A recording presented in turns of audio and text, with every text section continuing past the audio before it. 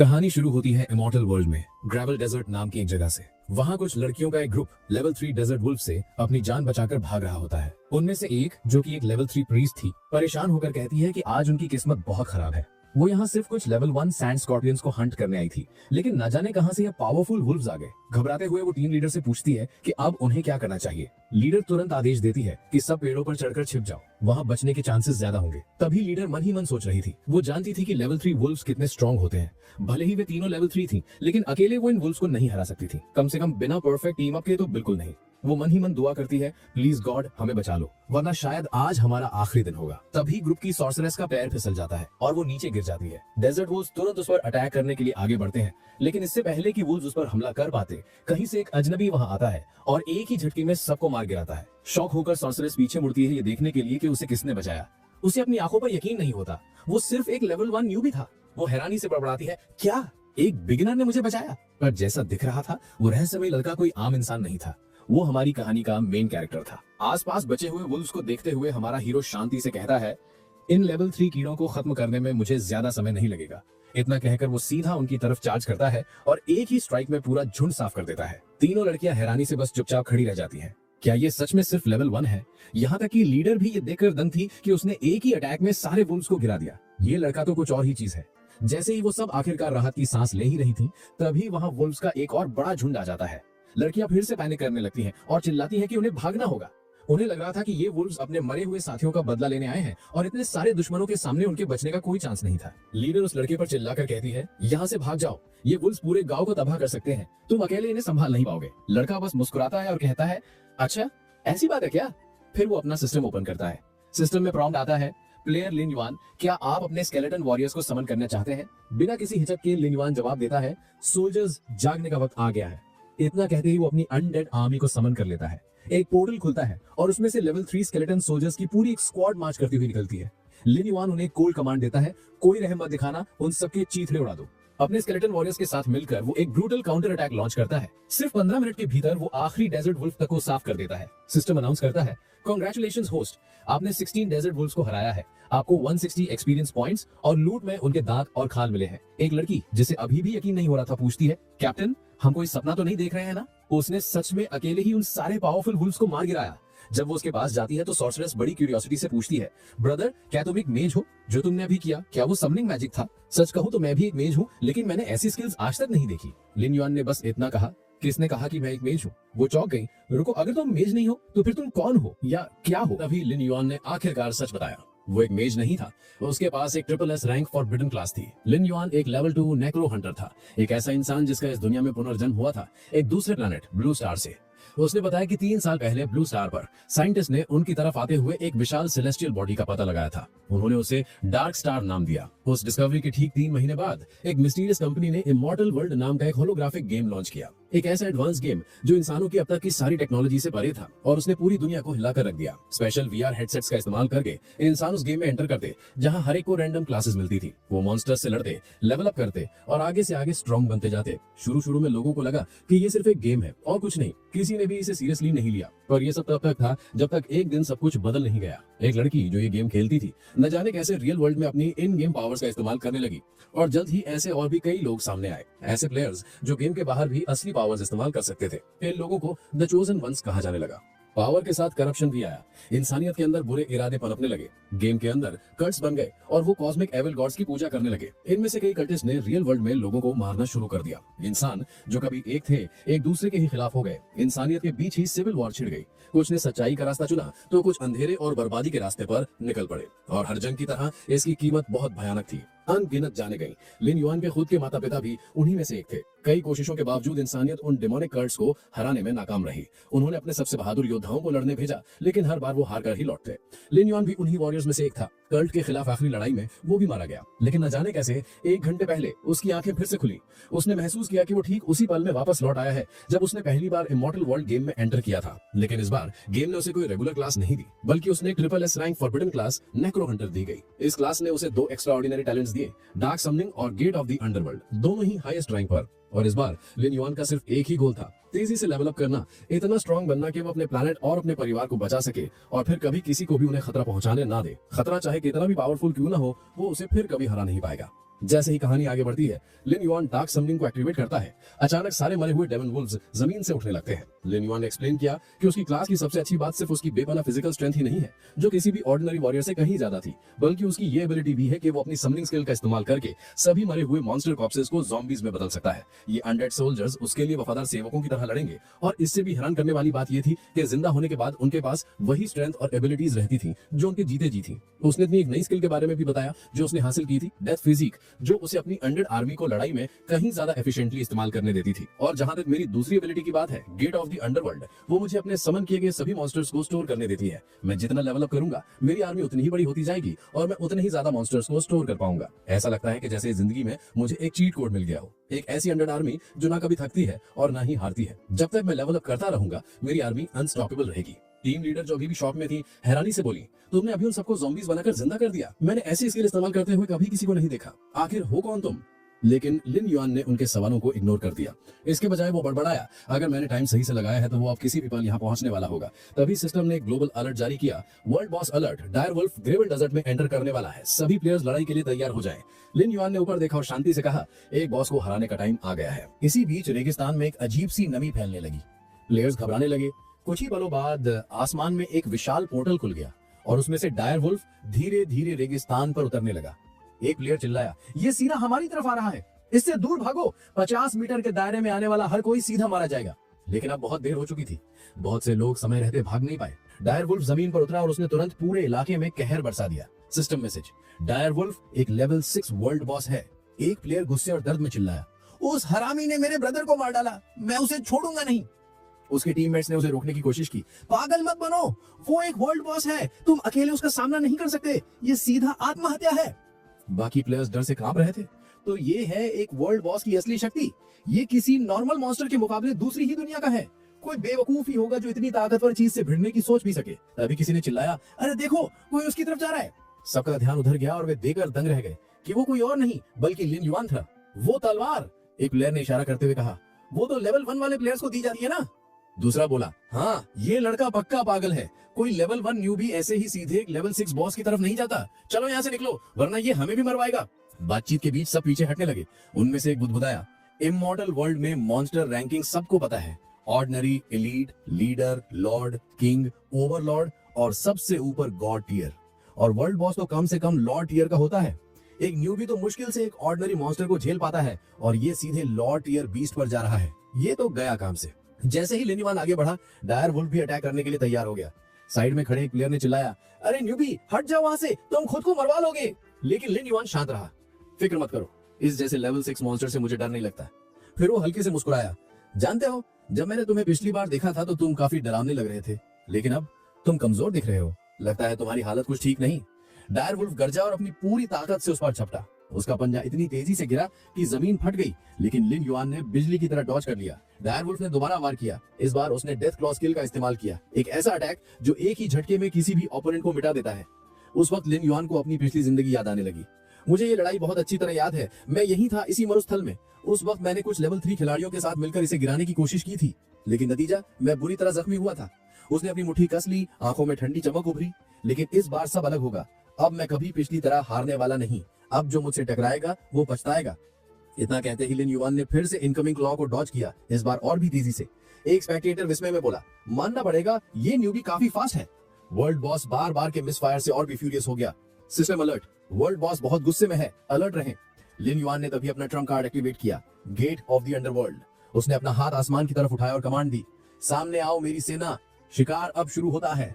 एक काले दरवाजे जैसी दरार हवा में खुली और उसके भीतर से दर्जनों ज़ॉम्बी वुल्व्स बाहर निकले। पूरा बैटलफील्ड जम गया। हर प्लेयर का मुंह खुला रह गया। क्या वो ज़ॉम्बी समन कर रहा है? और क्या वो असल में उन्हें कंट्रोल भी कर सकता है? यार, मैं तो ये सोच रहा हूँ कि इसने इतना बड़ा झुंड पहले कैसे मारा। वो सारे वुल्व्स लेवल 3 के हैं और ऐसा झुंड तो पूरा गांव उजाड़ सकता है, और उसने उन्हें अकेले ही मारा। इसी बीच लिन युआन मन ही मन सोच रहा था, सिर्फ 1 घंटे में मैंने इतने मॉन्स्टर्स मारे हैं कि मैं अब लेवल 3 के करीब हूँ। जब मेरा गेट अपग्रेड होगा तो मैं इसमें 30 मॉन्स्टर्स तक स्टोर कर पाऊंगा। धीरे लेवल अप हो रहा हूँ, लेकिन कोई बात नहीं।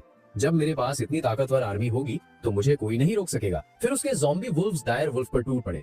बॉस ने रेज में उन्हें आसानी से झटक दिया। कई अनडेड उड़कर दूर जा गिरे। लेकिन यही लिन युआन का प्लान था। वो मुस्कुराया, अटैक करने का यही सही समय है। वो मेरे नौकरों पर इतना ध्यान लगाया है कि उसे कुछ और दिख ही नहीं रहा।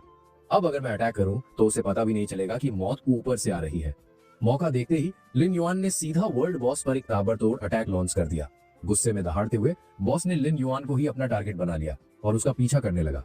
लिन युआन ने मन ही मन सोचा, अब जब मैंने उसका ध्यान अपनी तरफ खींच लिया है, मेरे सारे वुल्व्स को उस पर फ्री हिट्स मिलेंगे।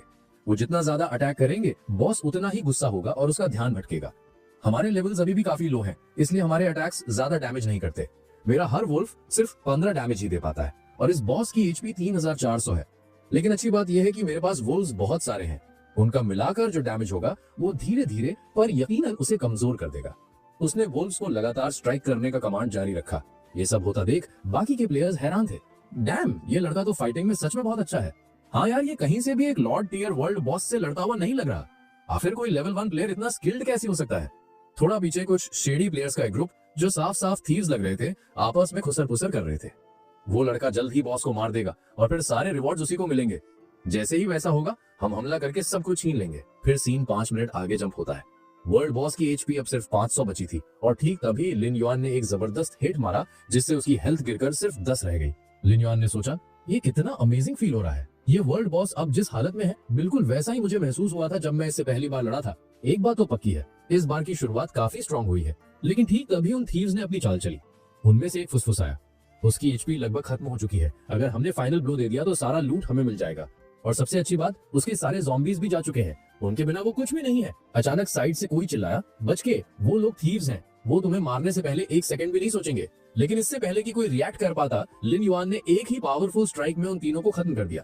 उसने उनकी नीचे पड़ी बॉडीज को देखा और ठंडे स्वर में कहा, बेवकूफो, तुमने सोचा भी कैसे कि मैं तुम्हें अपना किल चुराने दूंगा। अगर मैं इसके जैसे पावरफुल वर्ल्ड बॉस को गिरा सकता हूँ तो मेरे सामने तुम्हारा भला क्या चांस था। पास खड़े प्लेयर्स सन्न रह गए। वो तीनों थीव्स लेवल 3 के थे और इस न्यूबी ने उन्हें ऐसे कुचल दिया जैसे वो कुछ भी नहीं हो। मानना पड़ेगा, ये न्यूबी तो हद से ज्यादा पावरफुल है। फिर लिन युआन वापस मुड़ा और उसने वर्ल्ड बॉस को फाइनल ब्लो दे दिया। सिस्टम नोटिफिकेशन, आपने एक वर्ल्ड बॉस को हरा दिया है। रिवॉर्ड 480 एक्सपी और एक सोल जेम।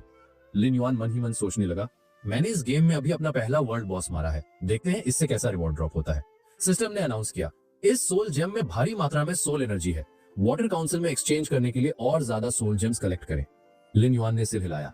लेवल 60 के बाद लेवल अप करना बहुत मुश्किल हो जाता है। उस वक्त ये सोल जेम्स बहुत जरूरी होंगे और सच कहूं तो ये लेजेंडरी गियर हासिल करने में भी बहुत काम आएंगे। मॉन्स्टर्स की तरह ही इमॉर्टल वर्ल्ड में वेपन्स की भी रैंकिंग होती है। सबसे लोएस्ट टियर वेपन्स होते हैं व्हाइट और ब्लैक आयरन, फिर आते हैं ब्रॉन्ज और सिल्वर। वो लॉर्ड टियर मॉन्स्टर्स को संभालने के लिए काफी हद तक ठीक है। उसके ऊपर गोल्ड और डार्क गोल्ड है जो हाई लेवल बीस्ट से लड़ने के लिए काफी स्ट्रॉन्ग है। और सबसे टॉप पर है एपिक, लेजेंडरी और मिथिक टियर वेपन्स। इस दुनिया में उनमें से एक को भी पाना लगभग नामुमकिन है। उसे याद आया, अब से लगभग 1 घंटे पहले अपनी पिछली लाइफ की नॉलेज का यूज करके मैं एक ऐसी जगह गया था जो सैंड लिजर्ड से भरी हुई थी।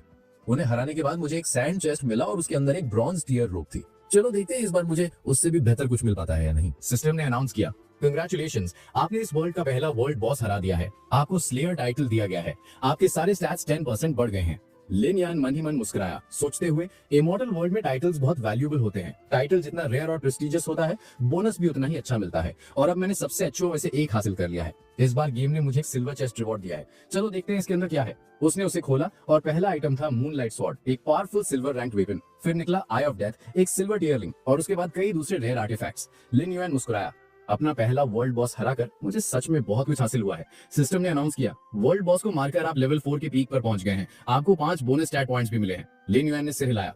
लेवलिंग अप इस गेम के सबसे अच्छे पार्ट्स में से एक है। हर बार आपके स्टैट्स बढ़ते हैं जो आपको और स्ट्रांग बनाते हैं। मैं यकीन से कह सकता हूं कि अब मैं इस डेजर्ट रीजन का हाईएस्ट लेवल प्लेयर हूं। माना कि उस फाइट में मैंने अपने सारे मॉन्स्टर्स खो दिए, लेकिन अच्छी खबर यह है कि अब मैं अपने अंडरवर्ल्ड गेट में और भी ज्यादा स्टोर कर सकता हूं। इसकी नई लिमिट 40 है। आगे बढ़ते हुए लिन युआन ने हारे हुए वर्ल्ड बॉस पर डार्क समनिंग एक्टिवेट कर दिया। सिस्टम ने अनाउंस किया, आपने वर्ल्ड बॉस की सोल से एक लेवल 6 डायर वुल्फ समन किया है। आपकी एचपी 1000 पॉइंट्स बढ़ गई है और आपका अटैक पावर 150 बढ़ गया है। डायर वुल्फ को घूरते हुए लिन युआन ने सोचा, अब मैं समझा कि एक वर्ल्ड बॉस क्यों था। इसके स्टैट्स तो हद से पार हैं। ऑफेंस, डिफेंस और हेल्थ सब कुछ आउटस्टैंडिंग। अब जब ये अनडेड बन गया है, इसे रेज ऑफ द अनडेड जैसी एक्स्ट्रा स्किल्स मिल गई हैं, जो इसे एक बर्जर्क मोड में डाल देती हैं और थोड़े टाइम के लिए इसकी एबिलिटीज को जबरदस्त बूस्ट करती हैं। ये इमरजेंसीज में बहुत काम आएगा।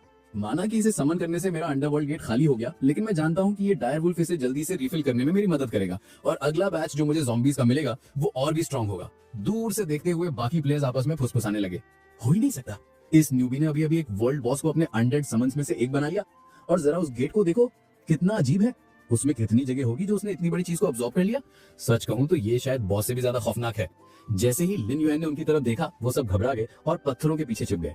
अजीब है, उसने सोचा, मैंने सिर्फ एक मॉन्स्टर को मारा तो फिर ये लोग मुझसे इतना डर क्यों रहे हैं? क्या उन्हें सच में लगता है कि मैं उन्हें एक पत्थर के पीछे छिपे हुए नहीं देख सकता? उसकी नजर मरे हुए थीव्स में से एक पर पड़ी और उसने उसके पास पड़े वेपन को नोटिस किया। एक ब्लैक आयरन स्वॉर्ड। एक लो टियर लेवल वाले के हिसाब से काफी सॉलिड वेपन है, लेकिन सच कहूं तो ये अब मेरे किसी काम का नहीं है। मेरे पास पहले से ही मूनलाइट स्वॉर्ड है। उसने वो ब्लैक आयरन स्वॉर्ड उठाई और ग्रुप की तरफ चल पड़ा। उसे 2 हथियारों के साथ अपनी तरफ आता देखकर बाकी प्लेयर्स पैनिक कर गए। ये हमारी तरफ आ रहा है। वर्ल्ड बॉस को मारने के बाद ये जरूर और खून खराबा करना चाहता है। ये बहुत तेज है, हम भाग भी नहीं सकते। लेकिन लिन युआन उनमें से एक के सामने रुका और शांति से पूछा, तुम ही होना चाहिए जिसने मुझे उन थीव्स के बारे में वार्न करने के लिए चिल्लाया था?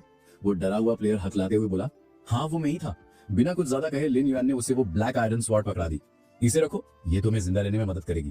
प्लेयर शॉक में था। तुम ये मुझे दे रहे हो? लेकिन क्यों? वहां से जाते हुए लिन युआन ने पीछे देखते हुए जवाब दिया, क्योंकि अब मुझे इसकी जरूरत नहीं है। तो अच्छा है, ये किसी और के काम आ जाए। भीड़ बस यकीन न करते हुए देखती रह गई। ये ना सिर्फ पागलों की हद तक पावरफुल है, बल्कि इसका दिल भी सोने का है। उसने अभी अभी एक ब्लैक आयरन स्वॉर्ड दे दी। उसकी कीमत बाहर की दुनिया में कम से कम 10,000 युआन होगी। सीन 10 मिनट बाद शिफ्ट होता है। लिन युआन बैटलफील्ड से काफी दूर निकल चुका था कि अचानक उसके शरीर को एक झटका लगा। उसने रियल वर्ल्ड में अपनी आंखें खोली और परेशान होकर बोला, मुझे पता था मेरे वीआर हेडसेट की बैटरी खत्म हो गई। अब पूरी तरह रियलिटी में वापस आकर वो बड़बड़ाया, मुझे और पैसे बचाना शुरू करना होगा। अगर मुझे ठीक से खेलना जारी रखना है तो मुझे एक बेहतर वीआर हेडसेट और अपग्रेडेड गेमिंग गियर की जरूरत पड़ेगी। ये सेटअप अब और काम नहीं आने वाला। लिन युआन आगे कहता है, इमॉर्टल वर्ल्ड एक अल्ट्रा हाइपर रियलिस्टिक गेम है। हर कंट्री के अपने जोन्स हैं और प्लेयर्स सिर्फ अपने देश के जोन्स तक ही रिस्ट्रिक्टेड रहते हैं। एग्जांपल के लिए मेरी कंट्री में 4 अलग रीजन्स है। पहला वेस्टर्न डेजर्ट किंगडम जहां लिन युआन अभी है, दूसरा सदर्न रिटर्न एम्पायर, तीसरा नॉर्दर्न अंडरवर्ल्ड एम्पायर और चौथा आर्कीपेलागो। लिन युआन ने सोचा, पुनर्जन्म लेने के बाद मैंने वही जोन चुना जो मैंने अपनी पिछली लाइफ में चुना था। क्यों? क्योंकि मैं पहले से ही उसके बारे में बहुत कुछ जानता हूँ और सबसे जरूरी बात, अपनी पिछली लाइफ में मरने से ठीक पहले मुझे एक राज पता चला था, एक बहुत बड़ा गेम चेंजिंग राज। मैंने दहशत में अपनी आंखों के सामने पूरी दुनिया को तबाह होते हुए देखा। मैं जमीन पर पड़ा था, मुश्किल से सांस ले पा रहा था, बस होश में रहने के लिए स्ट्रगल कर रहा था। और तब मैंने कुछ ऐसा देखा जिस पर मुझे मुश्किल से यकीन हुआ। अटैकर्स के बीच उनमें से एक ने अपने शरीर पर एक पीला जेमस्टोन पहना हुआ था। वो कोई आम जेम नहीं था, वो वेस्टर्न गिल्ड का एम्बलम था। तब मुझे समझ आया, इविल गॉड का सबसे पहला फॉलोअर एक ह्यूमन प्लेयर था और वही था जिसने उस कॉस्मिक इविल गॉड को हमारी दुनिया में समन किया था। वही जो पूरी इंसानियत को मिटाने के लिए जिम्मेदार था। अभी भी 3 साल बचे हैं कॉस्मिक इविल गॉड के ब्लू स्टार पर आने में, लेकिन अगर मैं उससे पहले उस प्लेयर को ढूंढकर खत्म कर सका, वो जो फॉलोअर बना और जिसने इविल गॉड को समन किया, तो शायद मैं आने वाली तबाही को पूरी तरह से रोक सकता हूँ। और किस्मत से मेरे पास एक स्ट्रॉन्ग लीड है, वो पीला एम्बलम जो मैंने अपने आखिरी पलों में देखा था। वेस्टर्न डेजर्ट की कैपिटल सिटी में बहुत सारे गिल्ड्स हैं, लेकिन सिर्फ एक गिल्ड ही येलो जेमस्टोन्स को अपने निशान के तौर पर इस्तेमाल करता है। इससे ये कंफर्म होता है वो आदमी जरूर वेस्टर्न डेजर्ट से ही है। बस एक ही प्रॉब्लम है, मैं अभी कैपिटल में एंटर नहीं कर सकता। अंदर जाने के लिए आपको कम से कम लेवल 10 का होना जरूरी है। अगर मुझे उस इविल गॉड के फॉलोअर के बारे में सच्चाई का पता लगाना है तो मुझे तेजी से लेवल अप करना होगा, कोई और ऑप्शन नहीं। हाँ, मेरे पास 3 साल है, लेकिन मुझे पता है कि वक्त कितनी तेजी से निकल जाता है। एक सेकंड रुको, एक चीज है जो मैंने अभी तक चेक नहीं की है। जब गेम लॉन्च हुआ था तो सिर्फ कुछ ही प्लेयर्स रियल वर्ल्ड में अपनी इन गेम पावर्स का इस्तेमाल कर पाते थे। चलो देखते हैं कि क्या मैं भी ऐसा कर सकता हूँ। ये कहते हुए लिन युआन ने अपना स्केलेटन कार्ड सामान किया और वो ये देखकर शॉक रह गया कि उसने सच में काम किया। मैं रियल वर्ल्ड में अपनी पावर्स इस्तेमाल कर सकता हूँ, ये तो कमाल है। क्या इसका मतलब ये है कि मैं उन चोजन वंस में से एक हूँ? इस दुनिया में चोजन वंस को द चाइल्ड ऑफ डेस्टिनी भी कहा जाता है। हर चोजन वन के पास एक पावरफुल क्लास और बेहतरीन किस्मत होती है। ऐसा माना जाता है कि वो इविल गॉड के खिलाफ जंग में इंसानियत की आखिरी उम्मीद है। मेरी पिछली लाइफ में मैं उनमें से एक नहीं था, इसलिए मैं गेम के बाहर अपनी पावर्स का इस्तेमाल नहीं कर पाया जब तक कि बहुत देर नहीं हो गई। सिर्फ जब द नाइट ऑफ कैटास्ट्रोफी आई, जब इविल गॉड की सेनाएं उतर आई, तभी हर प्लेयर ने आखिरकार अपनी पावर्स को अवेकन किया था। लेकिन तब तक पहले ही बहुत देर हो चुकी थी। इस बार चीजें अलग हैं। इस बार मुझे triple S rank forbidden class necro hunter मिली है और अब मैं एक चोजन वन भी हूँ। इस बार मेरी किस्मत सच में टॉप टियर है। जब लिन युआन ख्यालों में खोया हुआ था, उसे अपने कमरे के बाहर से आवाजें सुनाई दी। तभी उसे एहसास हुआ, रुको, अगर मैं वक्त में पीछे आ गया हूँ तो इसका मतलब है मेरे माता पिता वो अभी भी जिंदा है। एक भी सेकंड बर्बाद किए बिना लिन युआन किचन की तरफ भागा और अपने परिवार के लिए एक बेहतरीन खाना बनाना शुरू कर दिया। ब्रेकफास्ट पर उसके डैड ने टेबल को कंफ्यूज होकर देखा। आज कुछ हुआ है क्या? हमारा बेटा तो कभी इतनी जल्दी उठता भी नहीं, खाना बनाना तो दूर की बात है। उसकी मॉम ने उसे डांटा, ओल्ड लिन, बेवकूफी मत करो। तुम्हें दिख नहीं रहा कि आज हमारे बेटे ने हमारे लिए कितनी मेहनत की है? सवाल करने के बजाय तुम चुपचाप बैठकर उसके बनाए खाने को एंजॉय क्यों नहीं करते? युआन हल्के से मुस्कुराया। अजीब है, जब आपके पास कुछ होता है तो आपको हमेशा उसकी कीमत का एहसास नहीं होता, लेकिन एक बार जब वो चला जाता है तब आपको समझ आता है कि वो असल में कितना कीमती था। भले ही मैं दुनिया का सबसे स्ट्रांग इंसान बन जाऊं, तब भी वो उस खुशी का मुकाबला नहीं कर सकता जो मुझे अभी अपने माता पिता को फिर से मुस्कुराते हुए देख के महसूस हो रही है। अपनी पिछली लाइफ में मुझे सिर्फ इमॉर्टल वर्ल्ड की परवाह थी। मैं अपने दिन और रात गेम के अंदर ही बिताता था, रियल लाइफ को पूरी तरह से इग्नोर करके। मैंने खुद को अपने माता पिता से और उन सब लोगों से दूर कर लिया था जो मुझसे प्यार करते थे, और क्योंकि मेरे माता पिता मुझे सच में चाहते थे, उन्होंने मुझे कभी रोकने के लिए फोर्स नहीं किया। यहाँ तक कि जब वो जानते थे कि मैं गलतियां कर रहा हूँ, उनके प्यार ने उन्हें कुछ भी कहने से रोक दिया। मुझे लगता था कि मैं सही कर रहा हूँ उस दिन तक, जब तक मैंने अपनी ही लापरवाही से उन्हें खो नहीं दिया। उस दिन मेरे पास सिर्फ पछतावा और एक खाली जिंदगी बची थी। लेकिन इस बार मैं अपनी गलतियां नहीं दोहराऊंगा। इस बार मैं उन लोगों के साथ एक बेहतर जिंदगी जीऊंगा जिन्हें मैं चाहता हूं, और मैं पहले से कहीं ज्यादा स्ट्रांग बनूंगा। लिन युआन ने ऊपर देखा।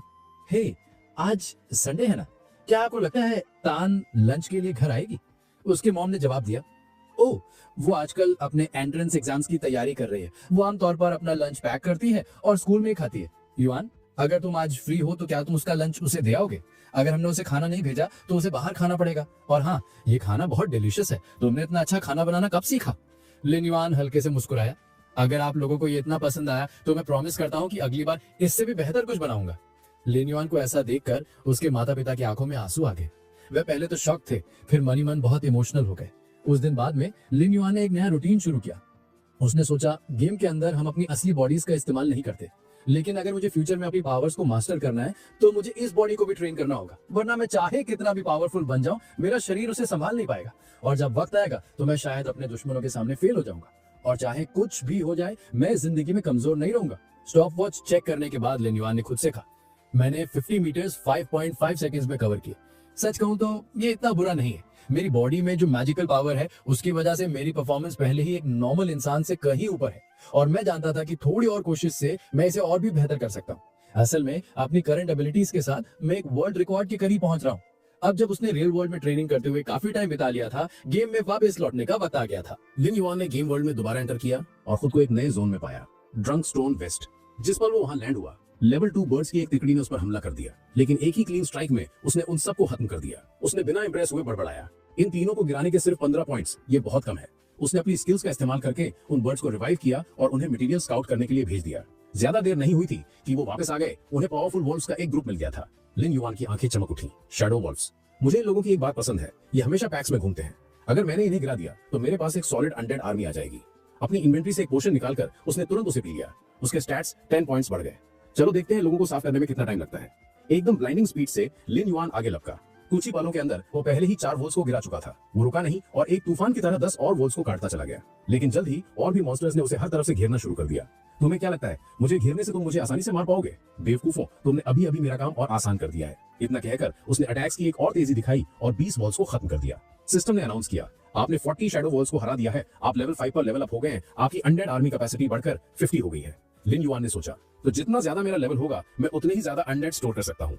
पिछली बार मैंने वर्ल्ड बॉस को हराने की कोशिश में अपने सारे वॉल्स खो दिए थे, लेकिन अब मैंने फिर से एक प्रॉपर आर्मी बना ली है। वो रुका, सोचते हुए, शायद अब मैं इतना स्ट्रांग हो गया हूँ कि एक लेवल 5 मॉन्स्टर को गिरा सकूं अपनी अनडेड आर्मी का इस्तेमाल किए बिना भी। उसने अपनी मुट्ठी कस ली। स्पीड बढ़ाने का टाइम आ गया है और उस येलो एम्बलम वाले आदमी को ढूंढना है, क्योंकि अगर मैंने इस बार फिर से देरी की तो सब कुछ बिल्कुल पिछली बार जैसा ही खत्म होगा। लिन युआन ब्लैकस्टोन टाउन की तरफ बढ़ गया, जो उसके देखे हुए शहरों में से एक ज्यादा भीड़भाड़ वाला शहर था। दूसरे एरियाज के मुकाबले ये जगह काफी पैक्ड है। वो एक गेट से गुजरा और एक घर में एंटर हुआ। अंदर एक आदमी ने ऊपर देखा और पूछा, तुम कौन हो, क्या चाहिए तुम्हें? लिन युआन ने सोचा, यह आदमी कौन सी था? ब्लैकस्टोन का मैजिक इंस्ट्रक्टर, एक ऐसा एनपीसी जो गेम में प्लेयर्स को मैजिक सिखाता है। लिन युआन ने इज्जत से कहा, मास्टर कौन सी, मैं आपसे स्किल सीखने आया हूँ। इमॉर्टल वर्ल्ड में ज्यादातर स्किल्स या तो मॉन्स्टर्स को हराकर मिलती है या चेस्ट लूटने से, लेकिन पावरफुल बनने के और भी तरीके हैं, जैसे कि शहरों में फैले हुए इंस्ट्रक्टर से डायरेक्टली सीखना। प्लेयर्स को बस उन्हें ढूंढना होता है और पूछना होता है। ये इंस्ट्रक्टर्स आपके लेवल के हिसाब से मैजिक सिखाते हैं। हो सकता है ये देखने में कुछ खास ना लगे, लेकिन जैसे जैसे आप स्ट्रांग बनते जाते हैं, इनकी ट्रेनिंग बहुत वैल्यूएबल हो जाती है। असल में उसकी पिछली लाइफ में मास्टर कौन सी ही लिन युआन के मेंटोर थे। उसने अपनी ज्यादातर फाउंडेशनल स्किल्स उन्हीं से सीखी थी। और सच कहूं तो कौन सी कमाल के थे। कौन सी मुस्कुराया खुश होकर, एक नया चेला, लगता है मेरे अगले कुछ हफ्ते काफी प्रॉफिटेबल होने वाले हैं। लिन युआन ने मन ही मन सोचा, मेरी पिछली लाइफ में मैं एक मेज था, मुझे हर बेसिक स्किल के बारे में थोड़ा बहुत पता था, लेकिन इस लाइफ में मेरी क्लास बिल्कुल अलग थी। उसकी नई क्लास नेक्रो हंटर एक फॉरबिडन क्लास थी, और इस वजह से वो उसके बारे में लगभग कुछ नहीं जानता था। उसे ये तक नहीं पता था कि वो गेट ऑफ अंडरवर्ल्ड और डार्क समनिंग के अलावा और कौन से स्पेल टाइप्स यूज कर सकता है। क्या मैं एक मेज हूँ या वॉरियर? अब तक उसने जो ऑब्जर्व किया था, उसकी ज्यादातर एबिलिटीज मैजिक बेस्ड थी। उसके पास जो फिजिकल स्ट्रेंथ थी, ये बस उस फॉरबिडन क्लास से मिला एक एडेड बोनस लग रहा था। और ठीक इसी वजह से मुझे विश्वास है कि मास्टर क्विंसी मेरी फिर से मदद कर सकते हैं। अपनी नेक्रो हंटर क्लास को मास्टर करने से पहले लिन युआन जानता था कि उसे पहले सारे बेसिक स्पेल्स सीखने होंगे ताकि बाद में एडवांस मैजिक उस पर हावी ना हो जाए। मुझे सोल फ्लेम, हीलिंग और इनविजिबिलिटी सीखनी है, लिन युआन ने उससे कहा। कौन सी ने गोल्ड लिया और मुस्कुराया। अगर तुम्हारे पास पैसा है तो मुझे तुम्हें सिखाने में कोई प्रॉब्लम नहीं है। अपने हाथ के एक इशारे से कौन सी ने स्किल्स को लिन युआन को ट्रांसफर कर दिया। सिस्टम ने अनाउंस किया, कांग्रेचुलेशंस होस्ट, आपने 3 मेज क्लास स्किल्स सीख ली हैं। पहली सोल फ्लेम, एक आयरन रैंक स्पेल जो अभी लेवल 1 पर है। दूसरी हीलिंग, लेवल 1 इस्तेमाल करने पर आपकी 10% एचपी रिस्टोर करती है। तीसरी इनविजिबिलिटी, लेवल 1 आपको 5 सेकंड्स के लिए गायब कर देती है। लिन युआन गहरी सोच में था। उसे एहसास हुआ कि अब तक उसके पास ऐसी कोई अटैक स्किल नहीं थी जिससे वो लॉन्ग रेंज से वार कर सके, लेकिन सोल फ्लेम के मिलने से वो कमी पूरी हो गई थी। उसने खुद से कहा कि अब वो दूर से भी आसानी से अटैक कर सकता है और पास से भी खुद को उतनी अच्छी तरह डिफेंड कर सकता है। ये एक उपयोगी और पावरफुल स्किल थी। उसने सोचा कि हीलिंग उसे और उसके साथियों को कॉम्बैट के दौरान जिंदा रख सकती है, जबकि इनविजिबिलिटी मुश्किल पलों में बहुत काम आएगी। आखिरकार वो जानता था कि वो हर लड़ाई नहीं जीतेगा। अगर उसे कभी पीछे हटना पड़ा तो इनविजिबिलिटी एक लाइफ सेवर साबित हो सकती है। लेकिन उसने ये भी माना कि ये तीनों स्किल्स अभी भी बेसिक लेवल पर थी। अपने करंट फॉर्म में वो उतनी इफेक्टिव नहीं थी। उन्हें इंप्रूव करने के लिए उसे रिसोर्सेज की जरूरत पड़ेगी और किस्मत से वो अच्छी तरह जानता था कि वो कहां मिलेंगे। सीन बदलता है। सिस्टम ने अनाउंस किया कि होस्ट ने ब्लैक सैंड माउंटेन में कोबाल्ट माइन को डिस्कवर कर लिया है। लिन युआन को याद आया कि कोबाल्ट्स लेवल 5 मॉन्स्टर्स होते हैं जो अपनी केव के पास रहना पसंद करते हैं। उनके सेंसेस बहुत शार्प होते हैं, खासकर उनकी सूंघने की शक्ति, जिससे वो काफी दूर से ही शिकार का पता लगा लेते हैं। उन्हें अंधेरे में दुश्मनों पर घात लगाकर हमला करना भी पसंद था। वो अपनी चमकती आंखों का इस्तेमाल करके साफ साफ देखते हैं और बिना किसी वार्निंग के स्ट्राइक करते हैं। उसे याद आया कि कोबाल्ट मॉन्स्टर्स आमतौर पर ट्राइब्स में रहते हैं और हर ट्राइब में कम से कम 100 क्रीचर्स होते हैं। चाहे उनकी संख्या से हिसाब लगाओ या उनके लेवल से, वो काफी खतरनाक थे। उन्हें हराने से उसका लेवल काफी बढ़ जाएगा और इससे उसकी अनडेड यूनिट्स को इस्तेमाल करने की स्किल भी एनहांस हो जाएगी। यही सोचते हुए लिन युआन ने एक नाइट विजन पोशन पी लिया, जिससे उसे अगले 30 मिनट तक अंधेरे में देखने की एबिलिटी मिल गई। उसने खुद से कहा कि वो यहाँ खास तौर पर इनविजिबिलिटी और सोल फ्लेम को मास्टर करने आया है, क्योंकि वो जानता था कि ये स्किल्स फ्यूचर में बहुत क्रिटिकल हो जाएंगे। वो जितनी जल्दी उन्हें मास्टर कर लेता उतना ही अच्छा था। लिन युआन अपने 100 मॉन्स्टर्स के साथ केव में एंटर हुआ। 15 मिनट तक चलने के बाद भी उन पर एक भी अटैक नहीं हुआ था। उसने नोटिस किया कि वो माइंड में कितना अंदर आ चुका है और उसे कुछ अजीब सा महसूस हुआ। उसने अंदाजा लगाया कि मॉन्स्टर्स ने शायद एक ट्रैप लगाया है और वो चुपचाप स्ट्राइक करने का सही वक्त का इंतजार कर रहे हैं। वो अपने आसपास परछाइयों के ठीक पीछे हलचल महसूस कर सकता था। तुरंत एक्शन लेते हुए लिन युआन ने अपनी फ्लेम्स को आगे फेंका। आग ने आसपास रोशनी कर दी, जिससे दर्जनों कोबाल्ट मॉन्स्टर्स दिखाई दिए जिन्होंने उसके कुछ वुल्व्स को पकड़ रखा था। वो मुस्कुराया और सोचा, आखिरकार मैंने उन्हें ढूंढ ही लिया। मेरे प्यारे कोबाल्ट मॉन्स्टर्स, अब तुम्हारी बारी है मुझे और स्ट्रॉन्ग बनाने की। आगे बढ़ते हुए उसने कमांड दिया, जाओ मेरे वुल्व्स, एक को भी बचकर जाने मत देना। दोनों तरफ से एक ब्रूटल लड़ाई शुरू हो गई। सिस्टम ने उसे नोटिफाई किया कि उसने 2 कोबाल्ट मॉन्स्टर्स को हरा दिया है। जैसे जैसे वो लड़ रहा था, लिन युआन ने एक चीज नोटिस की, ये मॉन्स्टर सिर्फ स्ट्रॉन्ग ही नहीं थे, वो चालाक भी थे। वो जानबूझकर अटैक से बच रहे थे, बैटल में साफ इंटेलिजेंस दिखा रहे थे। अचानक कोबाल्ट मॉन्स्टर्स के ग्रुप ने उस पर झपट्टा मारा, लेकिन इससे पहले कि वो हिट कर पाते, लिन युआन इनविजिबिलिटी का इस्तेमाल करके गायब हो गया। वो एक ही पल में उनके पीछे दोबारा अपीयर हुआ और एक स्ट्राइक में उन सबको मार गिराया। सिस्टम ने अनाउंस किया, आपने 20 मॉन्स्टर्स को एलिमिनेट कर दिया है। उसने मन ही मन सोचा कि इनविजिबिलिटी को एक बार इस्तेमाल करने के बाद उसकी मास्टरी पहले ही 5% बढ़ गई है। अगर वो इस स्किल को ऐसे ही इस्तेमाल करता रहा, उसे पूरा यकीन था कि वो जल्द ही इसे मास्टर कर लेगा। लेकिन उसे एहसास हुआ कि कोबाल्ट्स अभी भी उसके वुल्व्स के लिए हैंडल करने में बहुत मुश्किल साबित हो रहे थे। वक्त आ गया था और ज्यादा पावरफुल क्रीचर्स को समन करने का। एक कॉन्फिडेंट आवाज के साथ उसने अपने कंट्रोल में कोबाल्ट मॉन्स्टर्स के एक झुंड को समन किया। आगे बढ़ो और उन्हें दिखाओ कि लेवल 5 मॉन्स्टर्स असल में किस चीज के बने होते हैं। मुझे हर कमजोर कोबाल्ट यहाँ से साफ चाहिए। चलो जितनी जल्दी हो सके डंजन बॉस तक पहुंचते हैं। बचे हुए मॉन्स्टर्स को एलिमिनेट करने के बाद लिन युआन और उसकी अनडेड आर्मी डंजन में और अंदर चली गई। वो एक ऐसी जगह पर आके रुके जो कई दरवाजों से भरी हुई थी। वो रुका और बोला, यहाँ बहुत सारे दरवाजे हैं, इन्हें साफ तौर पर इंट्रूडर्स को कंफ्यूज करने के लिए डिजाइन किया गया है। उसे शक था कि डंजन बॉस यहीं कहीं पास में है। तभी लिन युआन ने दीवार पर कुछ नोटिस किया और बड़बड़ाया। आखिरकार मिल ही गया। उसने टारगेट की तरफ सोल फ्लेम छोड़ दिया। सिस्टम ने अनाउंस किया कि उसने अभी अभी कई स्लाइम्स को मार दिया है। लिन युआन मन ही मन मुस्कुराया। उसे शक था कि वो स्लाइम्स हैं और वो ये भी जानता था कि वो डंजन बॉस का फूड सप्लाई है। अगर उसने उन्हें एलिमिनेट कर दिया तो बॉस जरूर सामने आएगा। और बिल्कुल वैसा ही हुआ। डंजन बॉस उनके पीछे से केव से बाहर निकला। सिस्टम ने अनाउंस किया, monster discovered, cobalt overseer, elite rank, level 6। लिन युआन ने उस क्रीचर को ऑब्जर्व किया और जोर से कहा, ये कुदरत का नियम है, ताकतवर हमेशा कमजोर का शिकार करता है। लेकिन सच ये है कि कोई भी हमेशा के लिए स्ट्रॉन्गेस्ट नहीं रह सकता। अगर तुम इतने स्ट्रांग हो कि दूसरों का शिकार कर सको, तो हमेशा कोई ना कोई ऐसा जरूर होगा जो बदले में तुम्हारा शिकार करने के लिए तैयार होगा। जब वक्त आता है तो शिकारी भी शिकार बन जाता है। उसने कोबाल्ट ओवरसीयर की तरफ देखा और कहा, इस मॉन्स्टर ने सोचा कि मैं कमजोर हूं और सीधा मेरे ट्रैप में चला आया, लेकिन अब ये मेरा शिकार है। और इसी के साथ लिन युआन ने आगे बढ़कर कोबाल्ट ओवरसीयर को उसके गले से पकड़ लिया। लिन युआन ने साफ साफ कहा कि हर वो चीज जो शिकार दिखती है, जरूरी नहीं कि वो शिकारी हो। कभी कभी शिकारी भी शिकार का भेष पहने होता है। वो मुस्कुराया और कोबाल्ट को बेवकूफ कहा कि वो सीधा उसके जाल में फंस गया। बिना हिचकिचाए उसने कोबाल्ट को पकड़ा और उसे जमीन पर पटक दिया। गुस्से में कोबाल्ट ओवरसियर ने फिर से आगे चार्ज किया, लेकिन इससे पहले कि वो स्ट्राइक कर पाता, लिन युआन पहले ही एक ताबड़तोड़ अटैक कर चुका था। वार इतना पावरफुल था कि मॉन्स्टर एक ही स्ट्राइक में अपने घुटनों पर आ गिरा, लेकिन अपने लीडर को गिरते देखकर बाकी कोबाल्ट मॉन्स्टर्स पागल हो गए। वो सब गुस्से से भरे हुए लिन युआन की तरफ बढ़े। सिस्टम ने उसे वार्न किया, एनिमी बॉस ने एक स्पेशल स्किल एक्टिवेट कर दी है। सभी कोबाल्ट्स अब बर्जर्क मोड में है। उनका अटैक और डिफेंस 40% बढ़ गया है। सावधान रहें, अगले 60 सेकंड बहुत खतरनाक होंगे। लिन युआन ने सिचुएशन को परखा और अंदाजा लगाया कि वहां करीब 40 से 50 मॉन्स्टर्स थे। उसके चेहरे पर एक मुस्कान फैल गई। उसने कहा कि उनसे लड़ने में मजा आएगा, खासकर जब उसके पास भी लगभग उतनी ही बड़ी आर्मी थी। उसने अपनी अनडेड फोर्सेस को पुकारा, अब बाहर आओ, तुम सब ने काफी आराम कर लिया है, अब जमीन को लाल रंगने का वक्त है। इसी के साथ लिन युआन ने अपने सभी वुल्फ्स को बैटलफील्ड में समन कर लिया। वो अपने लीड वुल्फ की तरफ मुड़ा और कमांड दिया, वर्ल्ड बॉस लीड लो और उन्हें दिखाओ कि तुम्हारी लीडरशिप असल में कितनी स्ट्रांग है। कोबाल्ट्स और लिन युआन के अनडेड वुल्फ्स के बीच एक घमासान लड़ाई छिड़ गई। वर्ल्ड बॉस ने बड़ी चालाकी से अपनी पावर्स का इस्तेमाल करके कई दुश्मनों को खत्म कर दिया और साथ ही साथ इल्यूजन्स और मिसडायरेक्शन से कईयों को कंफ्यूज कर दिया। लिन युआन ने इस केओस का फायदा उठाया और अपनी टीम पर चिल्लाया, यही मौका है, घुस जाओ। उनमें से ज्यादातर भटके हुए हैं और तुम्हारे अटैक्स को पहचान नहीं पाएंगे। जैसे जैसे लड़ाई बढ़ती गई, लिन युआन इतने कोबाल्ट मॉन्स्टर्स मारने में कामयाब रहा कि वो आखिरकार लेवल 6 पर पहुंच गया। वो मुस्कुराया और माना कि ये काफी प्रॉफिटेबल बैटल थी। अपने नए अनलॉक हुए स्लॉट्स के साथ उसके पास अब 10 और मिनियंस के लिए जगह थी। ये कोबाल्ट्स में से कुछ को गुलाम बनाने का परफेक्ट मौका था। बिना टाइम वेस्ट किए उसने अलग अलग लेवल्स के मारे गए कई कोबाल्ट्स को जिंदा कर दिया। तभी उसने पास में छिपे कुछ क्रीचर्स को नोटिस किया। तो तुम में से और भी बचे हैं? तुम्हें लगा मैंने नोटिस नहीं किया? बुरी किस्मत, तुम्हारे साइज की वजह से तुम्हारा मेरी नजरों से बचना नामुमकिन था। वो तेजी से आगे बढ़ा और बचे हुए कोबाल्ट्स को फुर्ती से खत्म कर दिया। जैसे ही लिन युआन आखिरी दुश्मनों को साफ कर रहा था, परछाइयों से अचानक एक पावरफुल स्ट्राइक उसकी तरफ आया। सिस्टम ने एक सीरियस अलर्ट जारी किया, वार्निंग, असली डंजन बॉस सामने आने वाला है, तैयार रहो। केव की गहराइयों से असली बॉस ने खुद को जाहिर किया, एक लेवल 7 कोबाल्ट मॉन्स्टर। लिन युआन ने अपनी आंखें सिकोड़ी, तो तुम हो इनके लीडर? सच कहूं तो मैं तुम्हारा काफी लंबे टाइम से इंतजार कर रहा था। इससे पहले कि वो कोई अगला मूव कर पाता, कोबाल्ट बॉस ने एक खतरनाक सरप्राइज अटैक लॉन्च कर दिया, लेकिन लिन युआन ने तेजी से रिएक्ट किया और बाल बाल उस स्ट्राइक से बच गया। सिचुएशन को देखते हुए लिन युआन ने नोटिस किया कि बॉस का हथियार जमीन में फंस गया है। ये काउंटर अटैक करने का परफेक्ट चांस था। बिना हिचकिचाए उसने एक जानलेवा स्ट्राइक लॉन्च किया, लेकिन उसकी हैरानी का ठिकाना नहीं रहा जब अटैक का ज्यादा असर नहीं हुआ। उसे समझ आ गया कि क्या हो रहा है। ये एक बॉस मॉन्स्टर है, जाहिर है इसका डिफेंस रेगुलर वाले से कहीं ज्यादा स्ट्रांग है। भले ही मैंने क्लीन हिट मारा, मेरा ब्लेड उसकी बॉडी को भेद नहीं पाया। कोबाल्ट बॉस ने रिकवर किया और उस पर फिर से झपट्टा मारा।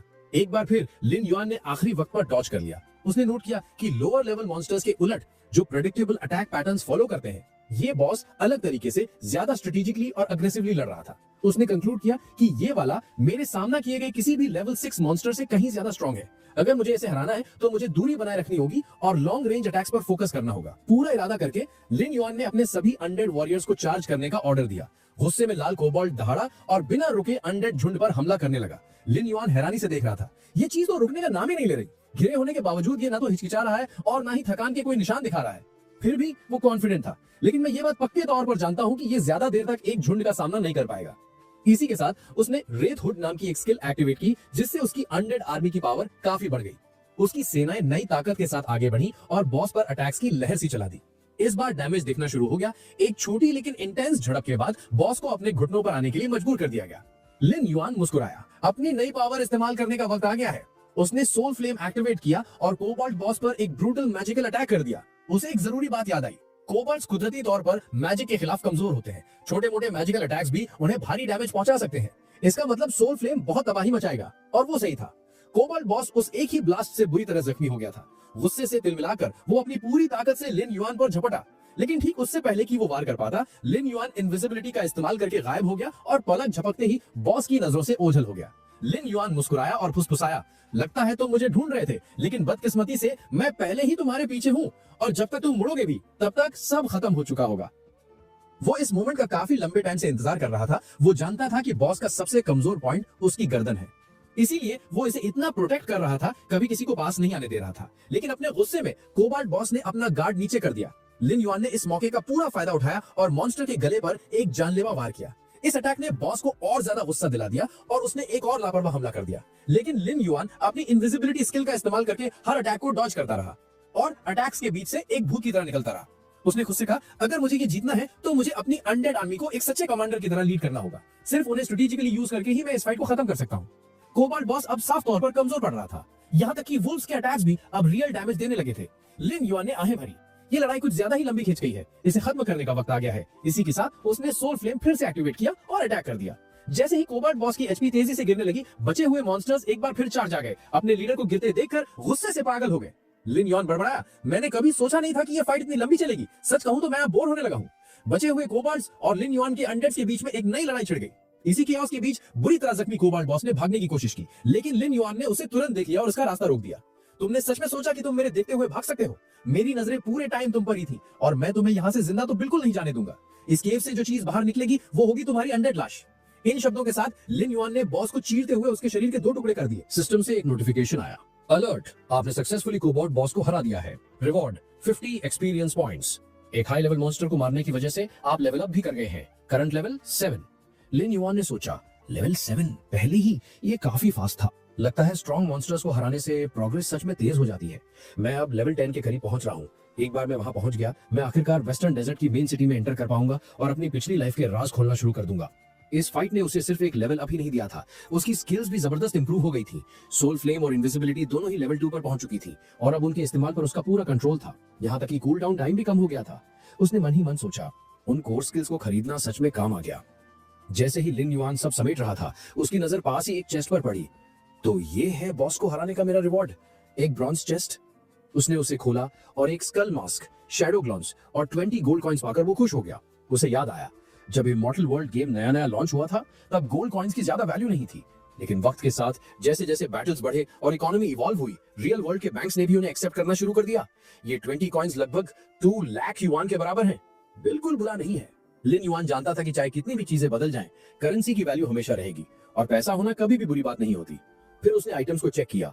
स्कल मास्क, एक ब्रॉन्ज टियर आइटम जो स्टैमिना और स्ट्रेंथ को काफी बढ़ाता था। शैडो ग्लव्स, एक सिल्वर टियर वेपन जो डिफेंस और अटैक दोनों को 30 पॉइंट्स बूस्ट करता था। वो मुस्कुराया, वाह, मेरी किस्मत सच में कमाल की है। आमतौर पर ब्रॉन्ज चेस्ट से सिल्वर रैंक आइटम्स नहीं मिलते और ये ग्लव्स, ये मेरे ऑफेंस और डिफेंस दोनों को बूस्ट कर रहे हैं। अब मुझे इस सारी पावर को टेस्ट करने के लिए बस एक अच्छा टारगेट चाहिए। सीन बदलता है। केव के बाहर दर्जनों शैडो वुल्व्स मरे पड़े थे। उनकी लाशों के ऊपर एक पावरफुल वॉरियर खड़ा था, वांग फेलोंग, ब्लड स्कार गिल्ड का लीडर, जो अभी लेवल 8 पर था। फेलोंग ने आसपास देखा और कहा, हमारी ट्रेनिंग सच में रंग लाई है। हम पहले से कहीं ज्यादा एफिशिएंटली मॉन्स्टर्स को मारने लगे हैं। अभी अभी हमने 1 मिनट से भी कम टाइम में उनमें से 30 से ज्यादा को मार गिराया। उसके पास खड़े एक दूसरे आदमी ने हामी भरी। आप सही कह रहे हैं ब्रदर, जब तक हम दोनों साथ हैं इस दुनिया में कोई भी हमारे सामने टिक नहीं सकता। हम हर मॉन्स्टर को मिटा देंगे और इस दुनिया के बिल्कुल टॉप पर पहुंचेंगे। वो दूसरा आदमी वांग फेहू था, फेलोंग का छोटा भाई और गिल्ड का वाइस लीडर, एक लेवल 5 थीफ। बाकी गिल्ड मेंबर्स हैरानी से आपस में फुसफुसा रहे थे। हमारे लीडर और वाइस लीडर कमाल के हैं, उन्होंने उन शैडो वुल्व्स को मारना बिल्कुल एफर्टलेस बना दिया। सच कहूं तो अभी कोई भी प्लेयर उनका मुकाबला नहीं कर सकता। जब तक वो हमें लीड कर रहे हैं, ये गिल्ड हमेशा सबसे स्ट्रॉन्गेस्ट बना रहेगा। वांग फेहू ने सहमति में सिर हिलाया। तुम बिल्कुल सही कह रहे हो। पिछली बार थंडर गिल्ड ने हमें बहुत परेशान किया था। तब हम कमजोर थे और वो बहुत ज्यादा पावरफुल थे, लेकिन अब चीजें बदल गई हैं। हम तब से बहुत ज्यादा स्ट्रांग हो गए हैं और अगर हम उन हरामियों से दोबारा टकराए तो हम उनके गिल्ड को पूरी तरह तबाह कर देंगे। वो रुका और फिर कड़वे स्वर में बोला, सच कहूं तो 2 लोग हैं जिनसे मुझे सख्त नफरत है। पहला है थंडर गिल्ड, उनसे हमारी बहुत पुरानी दुश्मनी रही है, और दूसरा है वो प्लेयर लिन युआन। मुझे नहीं पता वो अचानक यहाँ कैसे टपक पड़ा, लेकिन जब से वो आया है वो बस कियोस फैला रहा है। हमने वर्ल्ड बॉस को मारने का प्लान बनाया था, लेकिन न जाने कैसे वो हमसे पहले वहां पहुंच गया और सारे रिवॉर्ड्स चुरा लिए। अब तो बड़े गिल्ड्स भी हमारे सामने शो ऑफ करने की हिम्मत नहीं करते। फिर भी इस लड़के को लगता है कि वो कर सकता है।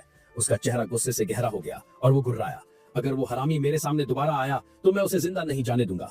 मैं अभी भी उसका चेहरा अपने दिमाग से नहीं निकाल पा रहा हूँ। एक बात मैं मानता हूँ, उसकी किस्मत हद से ज्यादा अच्छी है। जिस टाइम उसने वर्ल्ड बॉस को मारा, हम भी उसे ढूंढ रहे थे, लेकिन हमारी पूरी कोशिश के बावजूद हम उसे ढूंढ नहीं पाए और फिर भी उस हरामी ने उसे मार गिराया, वो भी सिर्फ लेवल 3 पर होते हुए। भले ही उसने हमें कोई डायरेक्टली नुकसान नहीं पहुंचाया हो, लेकिन उसके बारे में सोचकर ही मुझे गुस्सा आ जाता है। अगली बार जब मैं उसे देखूंगा, मैं अपना सारा गुस्सा उसी पर निकाल दूंगा। तभी वांग फेलोंग लीडर ने उसे टोका, फेहू शांत हो जाओ। मैंने तुमसे कितनी बार कहा है कि इस दुनिया में हम लापरवाही से काम नहीं कर सकते हैं। तुम जिस प्लेयर की बात कर रहे हो वो कोई ऐसा नहीं है जिसे हम हल्के में लें। तुमने खुद देखा, उसने लेवल 3 पर होते हुए भी वर्ल्ड बॉस को हरा दिया, और ये देखने के बावजूद कि वो क्या कर सकता है, तुम अभी भी उसे अंडर एस्टिमेट कर रहे हो। सुनो, अगर हम सच में इस दुनिया में आगे बढ़ना चाहते हैं और पावरफुल बनना चाहते हैं तो हमें दोस्त बनाने होंगे, दुश्मन नहीं। और लिन युआन जैसा कोई अगर हमारी साइड हो तो ये एक बहुत बड़ा एडवांटेज होगा। पास ही एक कोबोल्ड डंजन है, मैं उसे स्काउट करने जा रहा हूँ। तुम लोग यहीं रुको और रेस्ट करो, जब मैं वापस आऊंगा हम एक साथ अंदर चलेंगे। हो सकता है अंदर कोई बॉस मॉन्स्टर भी हो। फेहू ने गुस्से में अपनी मुट्ठियां भींच ली। बिग ब्रदर मुझे कभी नहीं डांटे, लेकिन उस हरामी लिन युआन की वजह से मुझे आजकल कुछ ज्यादा ही डांट पड़ रही है। सच कहूं तो उसके लिए मेरा गुस्सा बढ़ता ही जा रहा है। मुझे परवाह नहीं कि मेरे भाई क्या कहते हैं, अगर वो हरामी मेरे सामने आया मैं उसे इसकी कीमत चुकवाऊंगा। उसने दूर घूरते हुए कहा। उसकी आंखों में आग थी। मैं उसे दिखा दूंगा कि वांग फेहू आखिर है कौन। मेरा शिकार चुराना, उसने अपनी मौत के फरमान पर साइन कर दिए हैं। एक दिन मैं उसे अपने ब्रदर के सामने ही मार डालूंगा और सबको दिखा दूंगा कि मैं असल में कितना स्ट्रांग हूँ। फिर वो हवा में चिल्लाया, आओ मुझे ढूंढो लिन युआन, एक दिन मैं तुम्हें सबके सामने खत्म कर दूंगा। सिर्फ इसलिए कि तुमने एक वर्ल्ड बॉस को मार दिया, इसका मतलब ये नहीं कि तुम पावरफुल हो। तुम बस लकी थे कि वो बॉस उतना स्ट्रांग नहीं था। लेकिन जब तुम मेरा सामना करोगे, तुम्हारी किस्मत तुम्हें नहीं बचाएगी। मैं ही एब्सोल्यूट पावर हूँ और सब जानते हैं एब्सोल्यूट पावर के सामने कोई नहीं टिकता। तभी पास खड़े एक गिल्ड मेंबर ने मूड हल्का करने की कोशिश करते हुए कहा, वाइस लीडर, आप अपनी एनर्जी किसी अरे गहरे पर क्यों वेस्ट कर रहे हैं? मैं आपको कुछ ऐसा दिखाता हूँ जिससे आपका दिमाग शांत हो जाएगा। फेहू उसकी तरफ मुड़ा और पूछा, और ऐसी क्या चीज है वो? उस गिल्ड मेंबर ने बस इशारा कर दिया। फेहू ने उस दिशा में देखा और एकदम रुक सा गया। एक खूबसूरत लड़की उनकी तरफ आ रही थी, थोड़ी डरी हुई लेकिन सावधान। वो मुस्कुराया, तुम सही कह रहे हो, मैं फालतू में कचरे के बारे में सोचकर अपना टाइम बर्बाद कर रहा था, लेकिन ये कुछ ऐसा है जिस पर फोकस किया जा सकता है। इसी बीच लिन युआन मॉन्स्टर्स को हराने के बाद कोबॉल्ट केव से अभी बाहर निकला था। वो काफी सेटिस्फाइड लग रहा था। अब मेरी अनडेड आर्मी में एक कोबॉल्ट बॉस भी है और मुझे मानना पड़ेगा कि ये मेरी पूरी फोर्स का सबसे स्ट्रांग मेंबर है। उसकी वजह से मैं लेवल 7 पर पहुंच गया हूँ। इसका मतलब अब मैं अपने अंडरवर्ल्ड गेट में 70 मॉन्स्टर्स तक स्टोर कर सकता हूँ। वो मुस्कुराया जब वो सोच रहा था कि ये एडवेंचर कितना फ्रूटफुल रहा है। आज से जब भी मुझे मौका मिलेगा, मैं जरूर ऐसे और भी खतरों को एक्सप्लोर करूंगा। जैसे ही लिन युआन आगे चल रहा था, उसे अचानक पास से एक आवाज सुनाई दी। वो मुड़ा और देखा कि एक डरी हुई लड़की वहां खड़ी है। वो चिल्लाई, मेरे पास मत आना, अगर तुम में से कोई भी आया तो मैं पीछे नहीं हटूंगी और लड़ूंगी। वापस फेहू के ग्रुप के पास एक गिल्ड मेंबर ने मुस्कुराते हुए कहा, वाइस लीडर, हमारी किस्मत सच में कमाल की है। जरा उस खूबसूरत लड़की को देखो जो हमारी तरफ आ रही है, और वो भी तब जब हम थके हुए थे। हमें रिकवर करने के लिए ऐसी ही किसी चीज की जरूरत थी। वो आगे बढ़ा और उसे एक चीप टोन में बोला, डरो मत लड़की, हम सबको बस थोड़े रेस्ट की जरूरत है और तुम बिल्कुल वैसी ही लग रही हो जैसी हमें जरूरत है। तुम्हें ज्यादा कुछ नहीं करना है, बस हमारे साथ थोड़ा टाइम एंजॉय करो और हम तुम्हें बदले में कुछ अमेजिंग आइटम्स रिवॉर्ड करेंगे। अगर तुम चाहो तो हमारे साथ ट्रैवल भी कर सकती हो। हमारे साथ रहो और तुम कुछ ही टाइम में पावरफुल बन जाओगी। तुम इस गेम में प्रोटेक्टेड रहोगी, कोई तुम्हें हाथ लगाने की हिम्मत नहीं करेगा। लड़की जो साफ साफ डरी हुई थी, उन्हें फिर से वार्न किया, मुझसे दूर रहो, मैं अटैक करने से पहले एक बार भी नहीं सोचूंगी अगर तुम ज्यादा करीब आए। वार्निंग को इग्नोर करते हुए फेहू आगे बढ़ा और उस पर हमला करने की कोशिश करते हुए गुर्राया, तुम्हें लगता है तुम मुझ पर अटैक कर सकती हो? करो, मारो मुझे, मैं यही हूँ, छुओ मुझे अगर तुम में हिम्मत है और मैं तुम्हें दिखाता हूँ कि आगे क्या होता है। हार मान लो, यहाँ जिद करने से तुम्हें कुछ नहीं मिलेगा। जैसे ही फेहू कुछ घटिया करने की तैयारी कर रहा था, एक पावरफुल मुक्का अचानक उसके चेहरे पर पड़ा, जिससे वो दूर जा गिरा। लिन युआन आ चुका था। उसने अपनी उंगलियां चटकाई और शांति से कहा, मानना पड़ेगा ये ग्लव्स कमाल के हैं, मुझे लगा नहीं था कि ये इतनी जोर से हिट करेंगे। फेहू के टीममेट सन्न रह गए, उन्हें यकीन नहीं हो रहा था कि उनका वाइस लीडर कितनी आसानी से नीचे गिर गया था। लिन युआन हंसा और मन ही मन सोचा कि ये आर्टिफैक्ट सच में लाजवाब है, इससे वो इन जैसे कचरा मॉन्स्टर्स को आसानी से कुचल सकता है। इसी बीच फेहू के एक आदमियों में से एक पैनिक होकर भाग गया, मुझे हर हाल में लीडर को ढूंढना होगा, अगर मैंने ऐसा नहीं किया तो ये हरामी हम सबको साफ कर देगा। बाकी गिल्ड मेंबर्स डर से कांपते हुए खड़े थे और लिन युआन से पूछा, आखिर हो कौन तुम लड़के? तुम्हें अंदाजा भी है कि तुमने किससे पंगा लिया है? जो तुम्हारे सामने खड़े हैं वो ब्लड स्कार गिल्ड से हैं और हम कभी माफ नहीं करते जो हमें चैलेंज करते हैं। जाकर थोड़ा रिसर्च करो, तुम्हें पता चलेगा कि हम असल में कितने पावरफुल हैं। इस पूरे रीजन में लोग हमारे नाम से कांपते हैं, कुछ तो डर के मारे अपनी पैंट गीली कर देते हैं, इसलिए हमसे लड़ने से पहले 100 बार सोच लेना। लेकिन लिन युआन बिल्कुल भी इंप्रेस नहीं हुआ। उसने मन ही मन सोचा, ये लोग बस टाइम खरीदने की कोशिश कर रहे हैं। ब्लड स्कार गिल्ड, मैंने इनके बारे में अपनी पिछली लाइफ में सुना था। उन्होंने गेम के शुरुआती स्टेजेस में काफी अच्छा परफॉर्म किया था। असल में वो ब्लैक सैंड टाउन के नंबर 1 गिल्ड भी बन गए थे, लेकिन हर कोई जानता था कि उनके तरीके कितने घिनौने थे। उनका पूरा गिल्ड रेड नेम प्लेयर से भरा हुआ था, वो लोग जिन्होंने कई दूसरों का मर्डर किया था। एक रेड नेम पाने के लिए आपको कम से कम 10 प्लेयर्स को मारना पड़ता है और इस गिल्ड में ऐसे लोगों की कमी नहीं थी। लिन युआन ने अपनी आंखें सिकोड़ी। सच कहूं तो मेरी इनसे कोई पर्सनल दुश्मनी नहीं है, लेकिन इन जैसे लोगों को जिंदा छोड़ना भी दुनिया का कोई भला नहीं करेगा। ये बस परेशानी खड़ी करते रहेंगे। अभी भी ये कुछ गंदा करने वाले थे, इन्हें मारना ही सही होगा। कम से कम मैं इनके आइटम्स को कुछ अच्छे कैश के लिए बेच सकता हूँ। फिर उसने ठंडे स्वर में पूछा, क्या तुम सब ब्लैक स्कार गिल्ड के मेंबर्स हो? लिन युआन जानता था कि उन्हें खत्म करने से पहले कंफर्म करना जरूरी है। एक गिल्ड मेंबर ने मजाक उड़ाते हुए कहा, क्या हम तुम्हें कोई अरे गहरे दिख रहे हैं? हम अपने गिल्ड के टॉप रैंकिंग मेंबर्स हैं, सीधा लीडर और वाइस लीडर के बाद, और तुमने हमारे वाइस लीडर को ऐसे पंच करने की हिम्मत की। तुम्हें अंदाजा भी है कि तुमने जो किया है उसका अंजाम क्या होगा? हमारा वाइस लीडर तुम्हें एक हिट में मार सकता था, और हमारे लीडर की तो बात ही मत करो। वो इतने पावरफुल हैं जितना तुमने कभी देखा भी नहीं होगा। तुमने यहाँ आकर बहुत बड़ी गलती कर दी है और हम तुम्हें इसके लिए माफ नहीं करने वाले हैं। अब माफी के तौर पर अपने दोनों हाथ दे दो, हमारे सामने घुटने टेको और हमें दादाजी बुलाओ। जब तक तुम ऐसा नहीं करते हम तुम्हें जाने नहीं देंगे। जल्दी करो, हमारे पास पूरा दिन नहीं है। लिन युआन ने जवाब देने में टाइम वेस्ट नहीं किया। वो आगे बढ़ा और उनके दोनों हाथ काटकर अलग कर दिए। उसने लापरवाही से कहा, सॉरी, मुझे कभी कभी सुनने में प्रॉब्लम होती है। क्या तुमने कहा कि तुम्हारे हाथ काट दूं और कुत्ते की तरह भौंकना शुरू कर दूं? वेल, तुम्हारे हाथों का इंतजाम तो मैंने कर दिया है, अब भौंकना शुरू करो। पास खड़ी लड़की शॉक में जमसी गई, सोचते हुए कौन है ये लड़का? ये इतना पागलपन की हद तक स्ट्रॉन्ग कैसे है? उसने अभी उन सबको ऐसे ही खत्म कर दिया जैसे वो कुछ भी ना हो। इसी बीच फेहू जो पास में जख्मी पड़ा था, उसने जल्दी से एक पोशन पी लिया जिससे उसकी 20% हेल्थ रिस्टोर हो गई। उस हरामी ने मुझ पर पीछे से हमला किया, वरना वो मुझे कभी हिट नहीं कर पाता। वो गुस्से में आंखों में आग लिए खड़ा हुआ। तुमने मुझ पर पीछे से अटैक करके बहुत बड़ी गलती की है लड़के। मैं ये पक्का करूंगा कि तुम कुत्ते की मौत मरो या उससे भी बुत्तर। तभी गिल्ड लीडर सीन पर पहुंच गया। मैं खुद देखना चाहता हूँ कि ये हरामी है कौन जिसने मेरे गिल्ड और मेरे भाई पर हमला करने की हिम्मत की। मुझे परवाह नहीं ये कौन है, ये यहाँ से जिंदा नहीं जा रहा है। पूरी दुनिया को पता चलेगा कि हमसे उलझने वालों का क्या हश्र होता है। एक गिल्ड मेंबर ने लिन युआन की तरफ इशारा किया। लीडर वही है, वो यही वो हरामी है जिसने यहाँ आते ही हम पर हमला करना शुरू कर दिया। लिन युआन पीछे मुड़ा, सोचते हुए लगता है ड्रामा भी खत्म नहीं हुआ है, लगता है अभी थोड़ा काम और बचा है। एक और गिल्ड मेंबर आगे बढ़ा और चिल्लाया, इसी ने हमारे वाइस लीडर पर पीछे से हमला करके उन्हें लगभग अपाहिज बना दिया था। लीडर, इस हरामी को बचकर जाने मत देना। जैसे गिल्ड लीडर हुआंग ने हमला करने की तैयारी की, वो अचानक रुक गया, सोचते हुए, एक सेकंड रुको, इस लड़के में कुछ अजीब है। उसकी आंखें वो अलग हैं, मुझे उसमें डर का जरा सा भी निशान नहीं दिख रहा। यहाँ तक कि जब हम उसे उकसाने की कोशिश कर रहे हैं, ऐसा लग रहा है जैसे ये पूरा एरिया हमारी कब्र बनने के लिए तैयार है। उसकी निगाहें बता रही हैं कि उसे खुद पर कितना भरोसा है। मैं एक लेवल 8 प्लेयर हूँ। ज्यादातर लोग मुझे देखते ही कांपने लगते हैं, लेकिन उसकी आंखें वो मुझे ऐसा महसूस करा रही हैं जैसे कमजोर मैं हूँ। फिर उसकी नजर लिन युआन के हाथों में तलवार पर पड़ी। मूनलाइट स्वॉर्ड, वो वेपन, मैंने उसके बारे में सुना है। कहा जाता है कि वो इतनी तेज है कि मोटे से मोटे मेटल को भी काट सकती है, और अगर ठीक से इस्तेमाल किया जाए तो शायद हवा को भी चीर सकती है। और उसने उसे ऐसे पकड़ाया जैसे ये कुछ भी ना हो।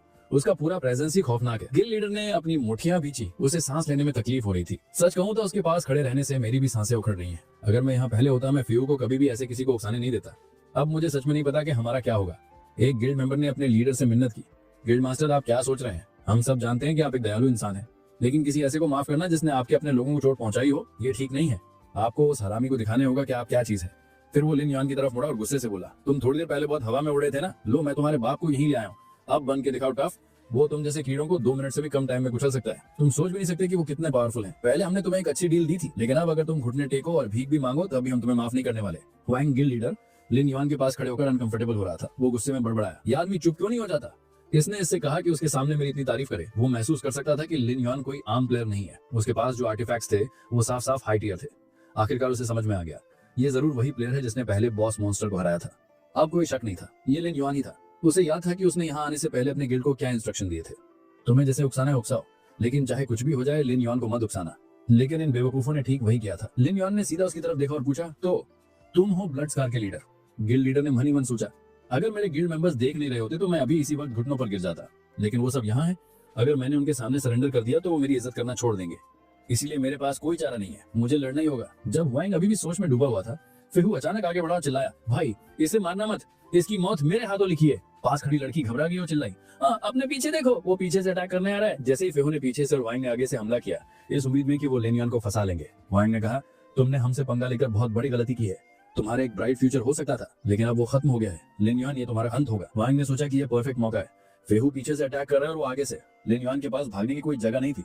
दोनों भाइयों के पास आने के बावजूद लिन युआन जरा भी नहीं हिला। फेहू हैरान था, क्या ये पागल है? हम दोनों यही हैं और ये डॉज करने की कोशिश भी नहीं कर रहा है। माना कि ये पावरफुल है, लेकिन ऐसा हो ही नहीं सकता कि ये हम दोनों को एक साथ संभाल ले। लेकिन इससे पहले कि वो स्ट्राइक कर पाते, लिन युआन ने अपने कोबोल्ट बॉस को समन कर लिया। एक ही पल में बॉस ने फेहू पर एक ताबड़तोड़ हिट मारा, जिससे वो पूरे फील्ड में दूर जा गिरा। गिल्ड लीडर शॉक में खड़ा होकर लिन युआन की एबिलिटी को यकीन न करते हुए देख रहा था। मैंने अपनी जिंदगी में ऐसी पावर नहीं देखी है। लिन युआन मुस्कुराया और ठंडे स्वर में बोला, वो इसलिए क्योंकि ये आखिरी बार है जब तुम इसे देख रहे हो, क्योंकि तुम कुछ और देखने के लिए जिंदा बचे ही नहीं हो। बिना हिचकिचाए लिन युआन ने फेहू पर लगातार वार किए और उसे जमीन पर बेजान छोड़ दिया। मुझे लगा तुमसे लड़ने में मजा आएगा, लेकिन सच कहूं तो तुम काफी डिसअपॉइंटिंग निकले। जैसे ही फेयू मरा, एक सिस्टम नोटिफिकेशन आया, आपने 2 प्लेयर्स को मारा है, आपको 2 सिन पॉइंट्स मिले हैं। 8 और मारो और आप एक रेड नेम प्लेयर मार्क कर दिए जाओगे। लिन युआन ने मन ही मन सोचा, अगर मैंने 1 हफ्ते के अंदर और प्लेयर्स को नहीं मारा तो ये सिन पॉइंट्स एक्सपायर हो जाएंगे। सच कहूं तो मैं अब से लोगों को अवॉइड ही करूंगा, मुझे रेड नेम बनने में कोई इंटरेस्ट नहीं है। इसी बीच बचे हुए गिल्ड मेंबर्स ने जो हुआ वो देखा और भागना शुरू कर दिया। लड़की ने लिन युआन की तरफ मुड़कर पूछा, ब्रदर वो लोग भाग रहे हैं, क्या हमें उनका पीछा नहीं करना चाहिए? लेकिन लिन युआन ने बस इतना कहा, हमने पहले ही गिल्ड के सबसे स्ट्रॉन्ग लोगों को खत्म कर दिया है, बाकी सिर्फ कीड़े मकोड़े हैं। भले ही वो भाग जाए, इससे कोई फर्क नहीं पड़ेगा, टाइम वेस्ट करने का कोई मतलब नहीं है। उसने अपना ध्यान लड़ाई से मिले लूट पर लगाया। मानना पड़ेगा ये फेयू गाय एक डिसेंट थीफ था। उन्होंने कभी वर्ल्ड बॉस को नहीं हराया, फिर भी उनके पास 2 सिल्वर क्लास और एक ब्रॉन्ज क्लास वेपन है। इस तरह का गियर रेयर होता है। कोई शक नहीं कि उन्होंने ये दूसरों से चुराया है। लिन युआन ने सोचा कि अगर उसने ये आइटम्स रियल वर्ल्ड में बेचे तो वो अच्छा खासा पैसा बना लेगा। मुझे वैसे भी कैश की सख्त जरूरत है, मैं इस पैसे को घर पे मदद करने के लिए इस्तेमाल करूंगा। जब वो अपने लूट के बारे में सोच रहा था, लड़की उसके पास आई और शुक्रिया अदा करते हुए बोली, सर बहुत बहुत शुक्रिया, अगर आप आज यहाँ नहीं होते तो मैं जिंदा नहीं बच पाती। मुझे समझ नहीं आ रहा मैं आपका शुक्रिया कैसे करूँ, मैं तो आपका नाम भी नहीं जानती। लिन युआन ने उसकी तरफ देखा और कहा, तो मेरा नाम जानना चाहती हो?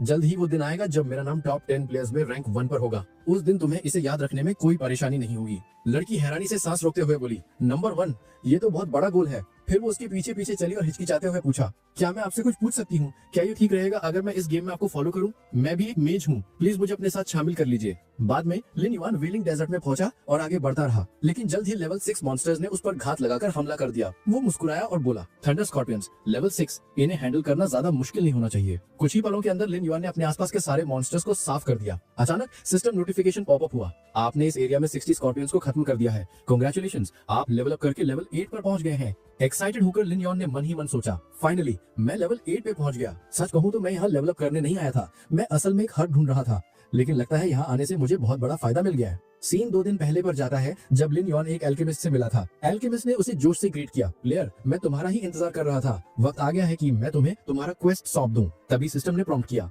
आपको एल्केमिस्ट एमर से क्वेस्ट मिला है, क्या आप इसे एक्सेप्ट करना चाहते हैं? फिर क्वेस्ट की डिटेल्स डिस्प्ले हुई, वेलिंग डेजर्ट जाओ और पैरालिसिस हर्ब की 100 यूनिट्स जमा करो, तुम्हें उन्हें एक दिन के अंदर एल्केमिस्ट एमर को वापस लाना होगा। लिन युआन ने हर्ब का नाम पहचान लिया और उसकी दिलचस्पी फौरन बढ़ गई। पैरालिसिस हर्ब, ये तो एक कमाल की चीज है। अगर मुझे सही से याद है तो जल्द ही मेन सिटी में एक डंजन खुलने वाला है जो थंडर बेस्ड अटैक्स यूज करने वाले मॉन्स्टर से भरा होगा। ये हर्ब तब बहुत जरूरी बन जाएगी क्योंकि जो कोई भी इसे कंज्यूम करेगा वो इलेक्ट्रिसिटी से इम्यून हो जाएगा। जब ऐसा होगा तो इसकी डिमांड आसमान छू लेगी और जिसके पास भी ये होगी वो किस्मत बना लेगा। उसे याद आया कि उसकी पिछली लाइफ में एक प्लेयर ने इस हर्ब को जमा कर लिया था और इससे भारी मुनाफा कमाया था। उस याद ने उसका डिसीजन पक्का कर दिया, इसीलिए मैंने ये क्वेस्ट एक्सेप्ट किया। जब मैं हर्ब्स वापस कर दूंगा तो एमर मुझे न सिर्फ पोशंस रिवॉर्ड करेगा बल्कि उन्हें बनाने की रेसिपी भी शेयर करेगा। और भी इंटरेस्टिंग बात ये थी कि ये एमर का गेम में पहला दिन था और ये उसका आखिरी दिन भी होगा। इस क्वेस्ट के बाद वो रिटायर हो जाएगा और गेम से पूरी तरह गायब हो जाएगा। ये इस क्वेस्ट को बहुत ज्यादा इंपॉर्टेंट बनाता है। क्या पता कब मेरा सामना पावरफुल थंडर बीस्ट से हो जाए। जब वो वक्त आएगा ये रेसिपी मुझे बचा लेगी। वापस प्रेजेंट में लिन युआन पहले ही दर्जनों मॉन्स्टर्स को हरा चुका था। उसने सोचा, पैरालिसिस हर्ब सच में बहुत कीमती है, शुक्र है मैं यहाँ आने से पहले काफी स्ट्रॉन्ग हो गया। ये स्कॉर्पियंस मेरे सामने कुछ भी नहीं है। अगर मैं कोबाल्ट माइंस क्लियर करने से पहले यहाँ आया होता तो ये जगह काफी मुश्किल हो जाती। आखिरकार लिन युआन हर्ब तक पहुंच गया। उसने सोचा, क्वेस्ट कंप्लीट। उसे एक स्किल याद आई जो उसने पहले ब्लैक सैंड टाउन में सीखी थी, गैदरिंग स्किल।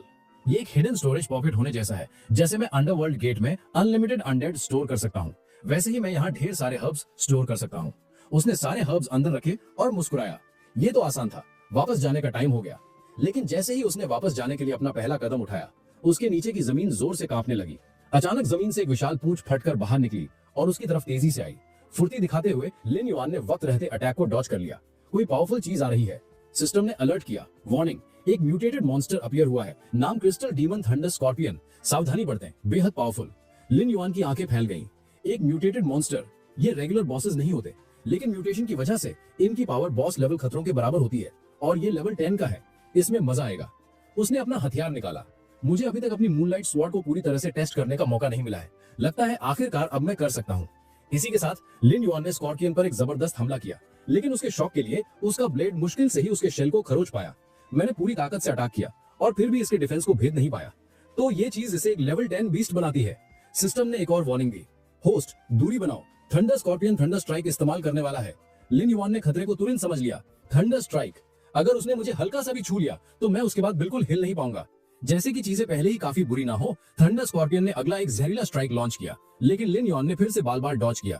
पीछे हटकर उसने सिचुएशन को एनालाइज किया। इस चीज की पावर कमाल की है। डायरेक्ट फाइट काम नहीं करेगी, लगता है मुझे अपने अनडेड्स को समन ही करना पड़ेगा। स्कॉर्पियन ने फिर से हमला किया, लेकिन इस बार लिन युआन ने रीइंफोर्समेंट्स बुला लिए। अनडेड्स, बाहर आओ और उन्हें दिखाओ कि तुम क्या चीज हो। अचानक उसके स्केलेटल वॉरियर्स ने थंडर स्कॉर्पियन पर चार्ज किया और एक पावरफुल हिट मारा। लिन युआन मुस्कुराया। मैंने डबल डैमेज एक्टिवेट किया और फिर भी इसकी एचपी सिर्फ 200 गिरी। थंडर स्कॉर्पियन ने दहाड़ मारी और जमीन पर इतनी जोर से मारा कि जमीन ही फट गई। लिन युआन को एहसास हुआ और वो जोर से बोला कि अगर क्लोज रेंज अटैक्स काम नहीं करेंगे तो कोई बात नहीं, उसके पास लॉन्ग रेंज ऑप्शंस भी हैं। इसी के साथ उसने स्कॉर्पियन पर अपना मूनलाइट फ्लेम अटैक लॉन्च कर दिया। जैसे ही अटैक लैंड हुआ, क्रीचर की एचपी लगातार गिरने लगी। लिन युआन मुस्कुराते हुए सोचा, क्या बात है, इस अटैक का कोई जवाब नहीं है तुम्हारे पास। इसी बीच उसके समन किए गए कोबल्ट मॉन्स्टर्स ने स्कॉर्पियन को जगह पर रोक कर रखा था। कोबल्ट बॉस ने आगे बढ़कर एक ताबड़तोड़ हिट मारा। सिस्टम ने तुरंत नोटिफाई किया, वार्निंग, स्कॉर्पियन मॉन्स्टर को क्रिटिकल डैमेज हुआ है, एचपी 400 से नीचे गिर गई है। लगातार मिल रहे डैमेज से गुस्सा होकर स्कॉर्पियन ने दहाड़ा और आसानी से कोबल्ट की पकड़ से आजाद हो गया। लिन युआन जो अब हवा में था, उसने नीचे देखा और सोचा, ये फाइट काफी लंबी चली गई है। जब तक तुम्हारा ये मोटा शेल सलामत है, तुम्हें हराना लगभग नामुमकिन है, लेकिन एक बार ये टूट गया, तुम्हारा काम तमाम हो जाएगा। तभी सिस्टम ने उसे याद दिलाया, होस्ट, आपके पास स्लेयर हंटर टाइटल है। इस टाइटल की वजह से आपका अटैक पावर डबल, डैमेज और मैजिक डैमेज 10% बढ़ गया है। लिन युआन ने अपनी मुट्ठी भींची और फुसफुसाया, परफेक्ट टाइमिंग, इस एक पंच से मैं तुम्हें 2 टुकड़ों में चीर दूंगा। उसने स्कॉर्पियन पर सीधा एक ब्रूटल फोकस्ड अटैक लॉन्च किया। जैसे ही वो हिट हुआ, मॉन्स्टर कोलैप्स हो गया। सिस्टम ने एक बार फिर दोहराया, आपने successfully mutated monster crystal thunder scorpion को मार गिराया है। आपको 560 एक्सपीरियंस पॉइंट्स मिले हैं। लिन युआन वहीं नहीं रुका, उसने अपनी नेक्रोमैंसर स्किल्स का इस्तेमाल किया और क्रिस्टल स्कॉर्पियन को अपने खुद के सर्वेंट के रूप में जिंदा कर दिया। एक लेवल 10 स्लेव। ये अब तक मेरी आर्मी का सबसे स्ट्रॉन्ग समन है। इससे पहले कि वो जश्न मना पाता, और भी स्कॉर्पियन मॉन्स्टर्स हर दिशा से उसकी तरफ दौड़ने लगे। लिन युआन हंसा, ग्रेट टाइमिंग, मैं बस घर ही निकलने वाला था, लेकिन अब मैं पहले तुम सबको खत्म करूंगा। वो जिंदा किए गए स्कॉर्पियन की तरफ मुड़ा और कमांड दिया, क्रिस्टल स्कॉर्पियन, दिखा दो उन्हें कि तुम क्या कर सकते हो। उस क्रीचर ने थंडरस्टॉर्म अनलीश किया, जिससे सारे दुश्मन तुरंत पैरालाइज हो गए। लिन युआन ने पीछे से क्लीन स्वीप किया और पूरी वेव को साफ कर दिया। उसके लिए शुक्रिया, सिस्टम ने रिपोर्ट किया। कांग्रेचुलेशंस होस्ट, आप 2 बार लेवल अप कर चुके हैं और लेवल 10 पर पहुंच गए हैं। खुशी से लिन युआन जोर से मुस्कुराया, एक ही बार में 2 बार लेवल अप, ये तो कमाल है। मैं महसूस कर सकता हूँ कि मैं कितना स्ट्रॉन्ग हो गया हूँ।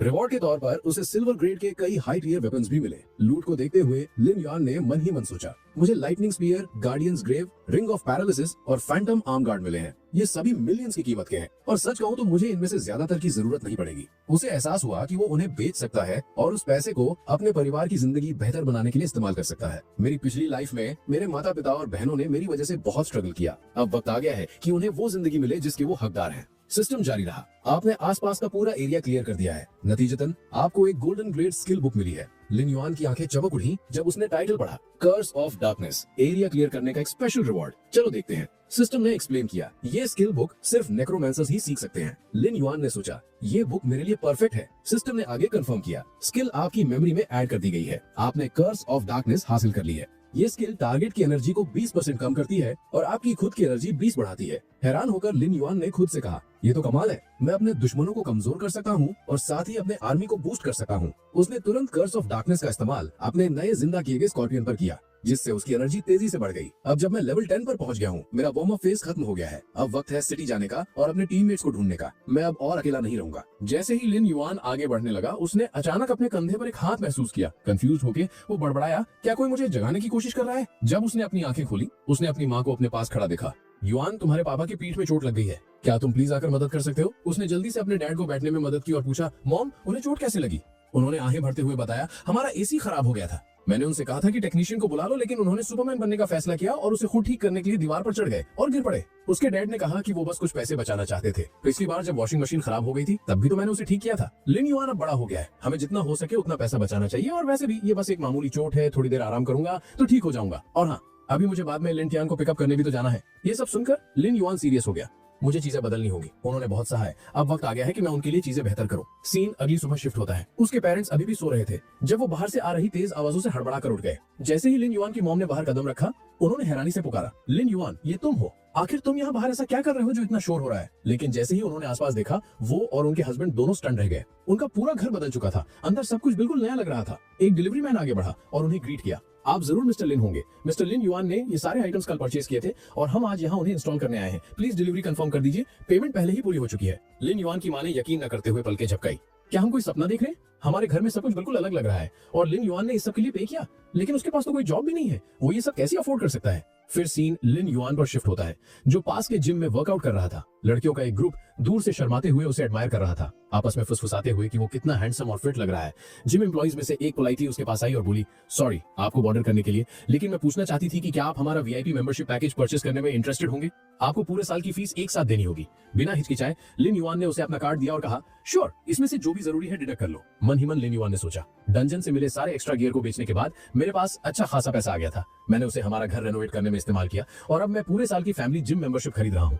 सच कहूं तो मेरे पेरेंट्स और लिंटियान को इसकी मुझसे ज्यादा जरूरत है। उन्हें अच्छी शेप में रहना होगा अगर उन्हें इस दुनिया में होने वाले चेंजेस को अडेप्ट करना है। अभी उनकी बॉडीज बहुत वीक है, अगर उनके पास पावर्स भी होती तो वो उन्हें हैंडल नहीं कर पाते। वहीं जिम वाली लड़की अभी भी उसके बारे में सोच रही थी। ये लड़का इनक्रेडिबल है, ये सुबह 5 बजे आया और 3 घंटे से लगातार वर्कआउट कर रहा है। इतने सबके बाद भी उसका चेहरा जरा भी लाल नहीं हुआ है और उसकी बॉडी एक प्रोफेशनल एथलीट जैसी लग रही है। ये तो इंसेन है। उसकी नजर उसके कार्ड पर पड़ी और उसने मन ही मन सांस रोक ली। ये एक वीआईपी ब्लैक कार्ड है। ये सिर्फ उन लोगों को मिलता है जिनका बैंक बैलेंस कम से कम $5 मिलियन हो। ये सिर्फ फिट और हैंडसम ही नहीं है, ये रिच भी है। क्या ऐसे लड़के रियल लाइफ में एग्जिस्ट भी करते हैं? कहीं और लिन युआन ने अपनी माँ को कॉल किया और उन्हें रियश्योर किया, मॉम, घर में जो भी नया सामान है मैंने उसके लिए कंपटीशन से जीते प्राइस मनी से पे किया है। सीरियसली अब पैसे की बिल्कुल चिंता मत करो। और हाँ, आज से न आप नहीं डैड काम पर जाओगे, बस घर पर रिलैक्स करो। मैं लिन टियान को स्कूल से पिकअप करने जा रहा हूँ। पास में खड़ी जिम एम्प्लॉय उसे एडमिरेशन से देख रही थी। ये इतना यंग है फिर भी इतना रिस्पॉन्सिबल है, सिर्फ अपने लिए नहीं बल्कि अपनी पूरी फैमिली के लिए। कितना अमेजिंग इंसान है। सीन शुशुई हाई स्कूल पर ट्रांसफर होता है। स्कूल अभी खत्म हुआ था और स्टूडेंट्स घर जा रहे थे। लिन युआन की छोटी बहन लिन टैन अपने क्लासमेट्स के साथ स्कूल गेट से बाहर निकली। उसके पीछे एक लड़की एक्साइटेडली बातें कर रही थी। आज मेरा बर्थडे है, मेरे भाई ने प्रॉमिस किया है कि वो मेरे लिए एक अमेजिंग केक लाएगा। दूसरी लड़की मुस्कुराई और बोली, ये तो बहुत ही अच्छी बात है, एक बड़ा भाई होना जरूर अमेजिंग होता होगा। जिन लड़कियों के पास बड़े भाई होते हैं वो सच में लकी होती हैं। काश मेरा भी एक होता। लिन टैन ये सुनकर मन ही मन सोचने लगी, क्या सच में एक बड़ा भाई होना इतना अच्छा होता है? सच कहूं तो मुझे नहीं लगता इससे कोई खास फर्क पड़ता है। इसमें जेलस होने जैसा कुछ नहीं है। मेरा भाई पूरा दिन बस गेम्स खेलता रहता है, वो अपना ख्याल नहीं रखता और उसे फैमिली की जरा भी परवाह नहीं है। सच कहूं तो मुझे ऐसे भाई की जरूरत ही नहीं है। जैसे ही वो निकलने वाली थी, एक लड़का उसके रास्ते में आ गया और बदतमीजी से बोला, स्कूल ब्यूटी, तुम सच में बहुत एरोगेंट हो, है ना? हमने कितनी बार तुमसे मिलने के लिए पूछा और तुमने हमेशा हमें इग्नोर किया। अब देखो, हमें तुमसे बात करने के लिए अपने यंग मास्टर को लाना पड़ा। वो सो कॉल्ड यंग मास्टर आगे बढ़ा और कहा, हम खुद यहाँ तक आए हैं तो तुम अब ऐसे ही नहीं जा सकती, तुम्हें हमें अपना थोड़ा टाइम तो देना ही होगा। लिन टैन ने ठंडे स्वर में जवाब दिया, तुम लोगों को मुझसे क्या चाहिए? मैं तुम्हें पहले ही बता चुकी हूँ, मुझे तुमसे बात करने में कोई इंटरेस्ट नहीं है। तुम लोग मुझे परेशान क्यों करते रहते हो? उसके पीछे क्लासमेट ने फुसफुसाया, क्लास प्रेसिडेंट, आखिर ये लोग हैं कौन? ये हमारे स्कूल के स्टूडेंट्स तो नहीं लगते। यंग मास्टर पास आया और गुस्से से बोला, देखो मैं समझता हूँ तुम एक स्टनिंग ब्यूटी हो, लेकिन इसे अपने सर पर मत चढ़ने दो। तुम्हें लगता है तुम हमारे लिए कुछ ज्यादा ही अच्छी हो। लाओ मैं देखूं कि तुम्हारा ये प्यारा चेहरा असल में फील कैसा करता है।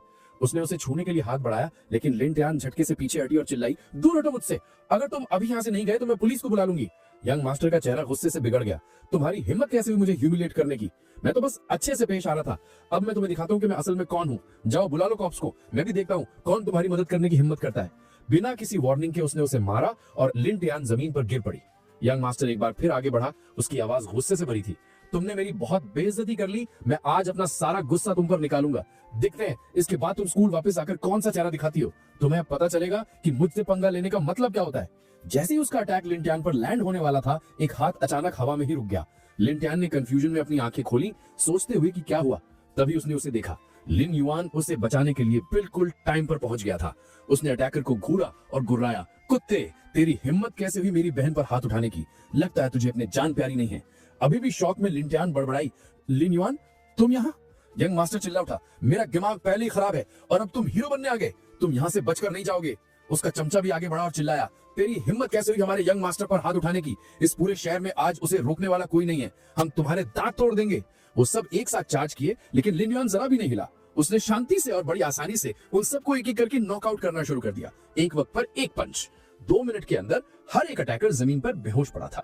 उसने उनकी गिरी हुई बॉडीज की तरफ देखा और उन्हें ठंडे स्वर में वार्न किया, अगर मैंने तुम में से किसी को भी दोबारा अपनी बहन के आसपास देखा तो मैं तुम्हें इतनी आसानी से नहीं छोड़ूंगा। मैं तुम्हें इतना बुरा मारूंगा कि तुम सांस लेना भूल जाओगे। इसे अपनी पहली और आखिरी वार्निंग समझना, अगली बार कोई वार्निंग नहीं मिलेगी। फिर वो लिन टियान की तरफ मुड़ा और कहा, चलो चलते हैं, तुम्हें अब इन बदमाशों के बारे में चिंता करने की जरूरत नहीं है। लिन टियान पूरी तरह से स्टन थी। उसने अपने भाई को यकीन न करते हुए देखा और पूछा, तुम आज मुझे पिक करने क्यों आए? जैसे ही वो चलने लगे, उसने मन ही मन सोचा, जिस लिन युआन को मैं जानती थी उसे सिर्फ गेमिंग की परवाह थी, वो मेरे लिए स्कूल क्यों आएगा? लिन युआन ने जवाब दिया, डैड की पीठ में चोट लग गई है और वो घर पर रेस्ट कर रहे हैं, मॉम उनका ख्याल रख रही हैं, इसलिए मैं तुम्हें पिक करने आ गया। लिन टियान ने चिंता से पूछा, क्या डैड ठीक है? लिन युआन ने उसे रियश्योर किया, फिक्र मत करो, कुछ सीरियस नहीं है, बस हल्का सा बैक स्ट्रेन है, वो ठीक हो जाएंगे। वो कुछ देर चुपचाप चलते रहे। लिन टियान शांति से सोच रही थी, मुझे याद भी नहीं कि मैंने आखिरी बार अपने भाई से कब बात की थी, कितना लंबा टाइम हो गया है। उससे दोबारा बात करना असल में ऑकवर्ड लग रहा है। तभी उसकी एक क्लासमेट दौड़ती हुई उसके पास आई और एक्साइटेडली पूछा, क्लास प्रेसिडेंट, क्या वो सच में तुम्हारा भाई है वो कितना कूल है। मेरा भाई तो बस पूरा दिन घर पर आलसी की तरह पड़ा रहता है, लेकिन तुम्हारा भाई कितना फिट है, उसने उन सब लड़कों को कितनी आसानी से गिरा दिया। दूसरी लड़की ने भी बात जोड़ी, मुझे तो पता ही नहीं था कि तुम्हारा कोई भाई भी है, और उसे देखो तो वो स्किल्ड है, हैंडसम है और कॉन्फिडेंट है। तुमने उसके बारे में पहले कभी जिक्र क्यों नहीं किया? लिन टियान ने मन ही मन सोचा। हैंडसम? मेरा भाई? उसने जोर से जवाब दिया। तुम सबको वो किस एंगल से हैंडसम लग रहा है? मुझे तो वो बिल्कुल एवरेज लगता है। लेकिन उसकी क्लासमेट ने प्रोटेस्ट किया। प्रेसिडेंट, तुम ये क्या कह रही हो? वो बिल्कुल तुम्हारी तरह दिखता है, ब्यूटीफुल और यूनिक। पूरे स्कूल में तुम्हारे जैसी लुक्स किसी की नहीं है, और तुम्हारे भाई जैसा भी कोई नहीं है। जरा आसपास देखो, क्या तुम्हें उसके लेवल के आसपास भी कोई दिख रहा है? वो एक सेलिब्रिटी जैसा लगता है। लिन टियान ने आसपास देखा और उसे कुछ एहसास हुआ। सब लोग हमारे पास चल रहे हैं, ये नॉर्मल नहीं है। वो सब यहाँ सिर्फ उसकी वजह से है। वो गहरी सोच में पड़ गई। मैंने पहले कभी नोटिस क्यों नहीं किया कि वो कितना हैंडसम है। वो पहले कितना दुबला पतला होता था, लेकिन अब उसकी बॉडी पूरी तरह बदल गई है। वो लंबा हो गया है और उसके मसल्स, उसने जरूर वर्कआउट करना शुरू कर दिया है, और शायद इसलिए वो फाइटिंग में भी इतना स्किल्ड हो गया है। उसे पुराना लिन युआन अच्छी तरह याद था। जिस लिन युआन को मैं जानती थी, उसे किसी की परवाह नहीं थी। वो पूरा दिन अपने फोन से चिपका रहता था, दुनिया को और आसपास के सभी लोगों को इग्नोर करते हुए। उसे अपनी भी परवाह नहीं थी, बस बैठा रहता और नॉन स्टॉप गेमिंग करता रहता। लेकिन आज उसे देखकर मैं कह सकती हूँ कि कुछ बदल गया है, और ये कोई मजाक नहीं है। वो सच में एक नया इंसान बन गया है। अगर वो बेहतर के लिए बदला है तो मैं सच में उसके लिए खुश हूँ। जैसे ही वो निकल रहे थे, लिन युआन की एक दोस्त ने खुशी से हाथ हिलाते हुए गुड बाय कहा और बोली, कल मिलते हैं प्रेसिडेंट। पक्का करना कि तुम्हारा भाई ही तुम्हें पिक करने आए। उसी पर लिन युआन ने नोटिस किया कि लिन टियान लंगड़ा रही है, और वो तुरंत उसके सामने घुटनों पर बैठ गया। उसने नरमी से कहा, तुम्हें चोट लगी है, चलना मुश्किल होगा, मेरी पीठ पर चढ़ जाओ, मैं तुम्हें उठा लूंगा। लिन टियान शर्माते हुए जिद करने लगी कि वो खुद चल सकती है, इस सब की कोई जरूरत नहीं है। उसने सोचा, ये कर क्या रहा है? मैं अब कोई बच्ची नहीं हूँ, उसकी पीठ पर चढ़ना कितना अजीब लगेगा। क्या उसे ये सजेस्ट करते हुए जरा भी अजीब नहीं लग रहा? लेकिन इससे पहले कि वो और मना कर पाती, लिन युआन ने नरमी से उसे अपनी पीठ पर उठा लिया। उसने शांति से कहा, तुम्हारी सारी फ्रेंड्स पहले ही जा चुकी हैं। मैंने पहले ही नोटिस कर लिया था कि जब तुम गिरी तो तुम्हारे पैर में चोट लगी। दर्द में खुद को घसीटने का कोई मतलब नहीं है। मैं तुम्हारा बड़ा भाई हूँ, इतना तो मैं कर ही सकता हूँ। लिन टियान स्टंट थी। उसने मेरी चोट कब नोटिस की? ये जरूर उसके स्कूल पहुँचने से पहले हुआ होगा। क्या इसलिए उसने उन लड़कों को मुझे बचाने के लिए इतनी बुरी तरह मारा?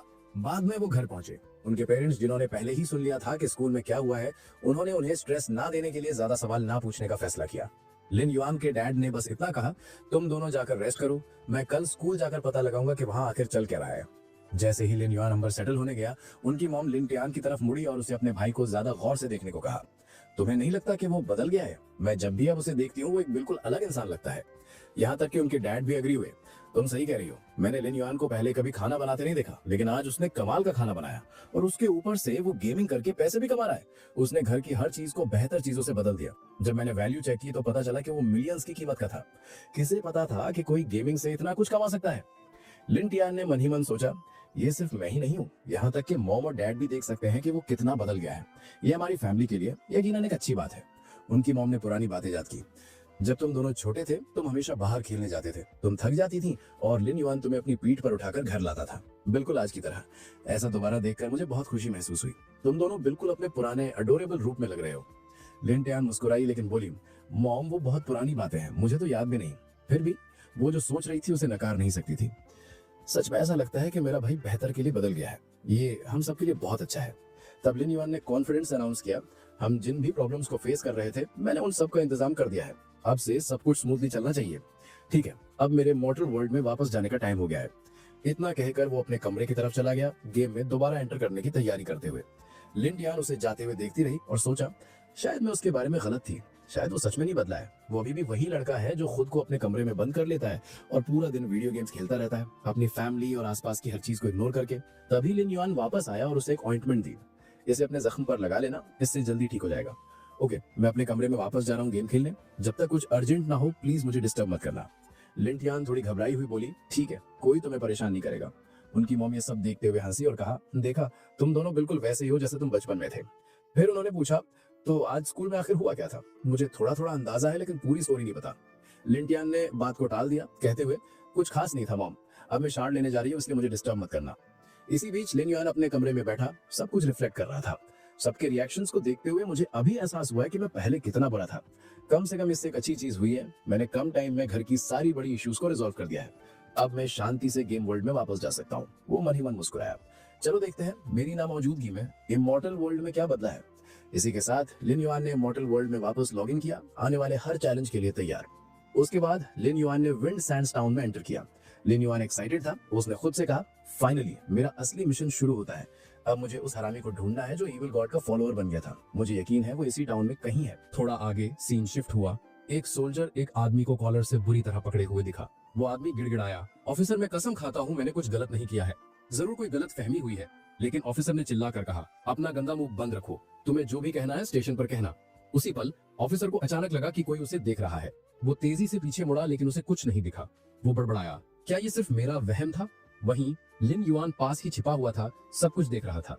उसने मन ही मन सोचा, इन पेट्रोल सोल्जर्स की आंखें कमाल की तेज है। मैंने अब यहाँ 2 प्लेयर्स को मारा है, इसलिए मेरा सिन लेवल अब 2 है।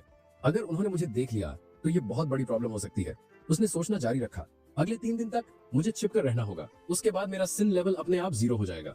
मैं उन 3 दिनों में वैसे भी ज्यादा कुछ नहीं कर पाऊंगा, जो इसे अपने कुछ पुराने दोस्तों से मिलने का परफेक्ट मौका बनाता है।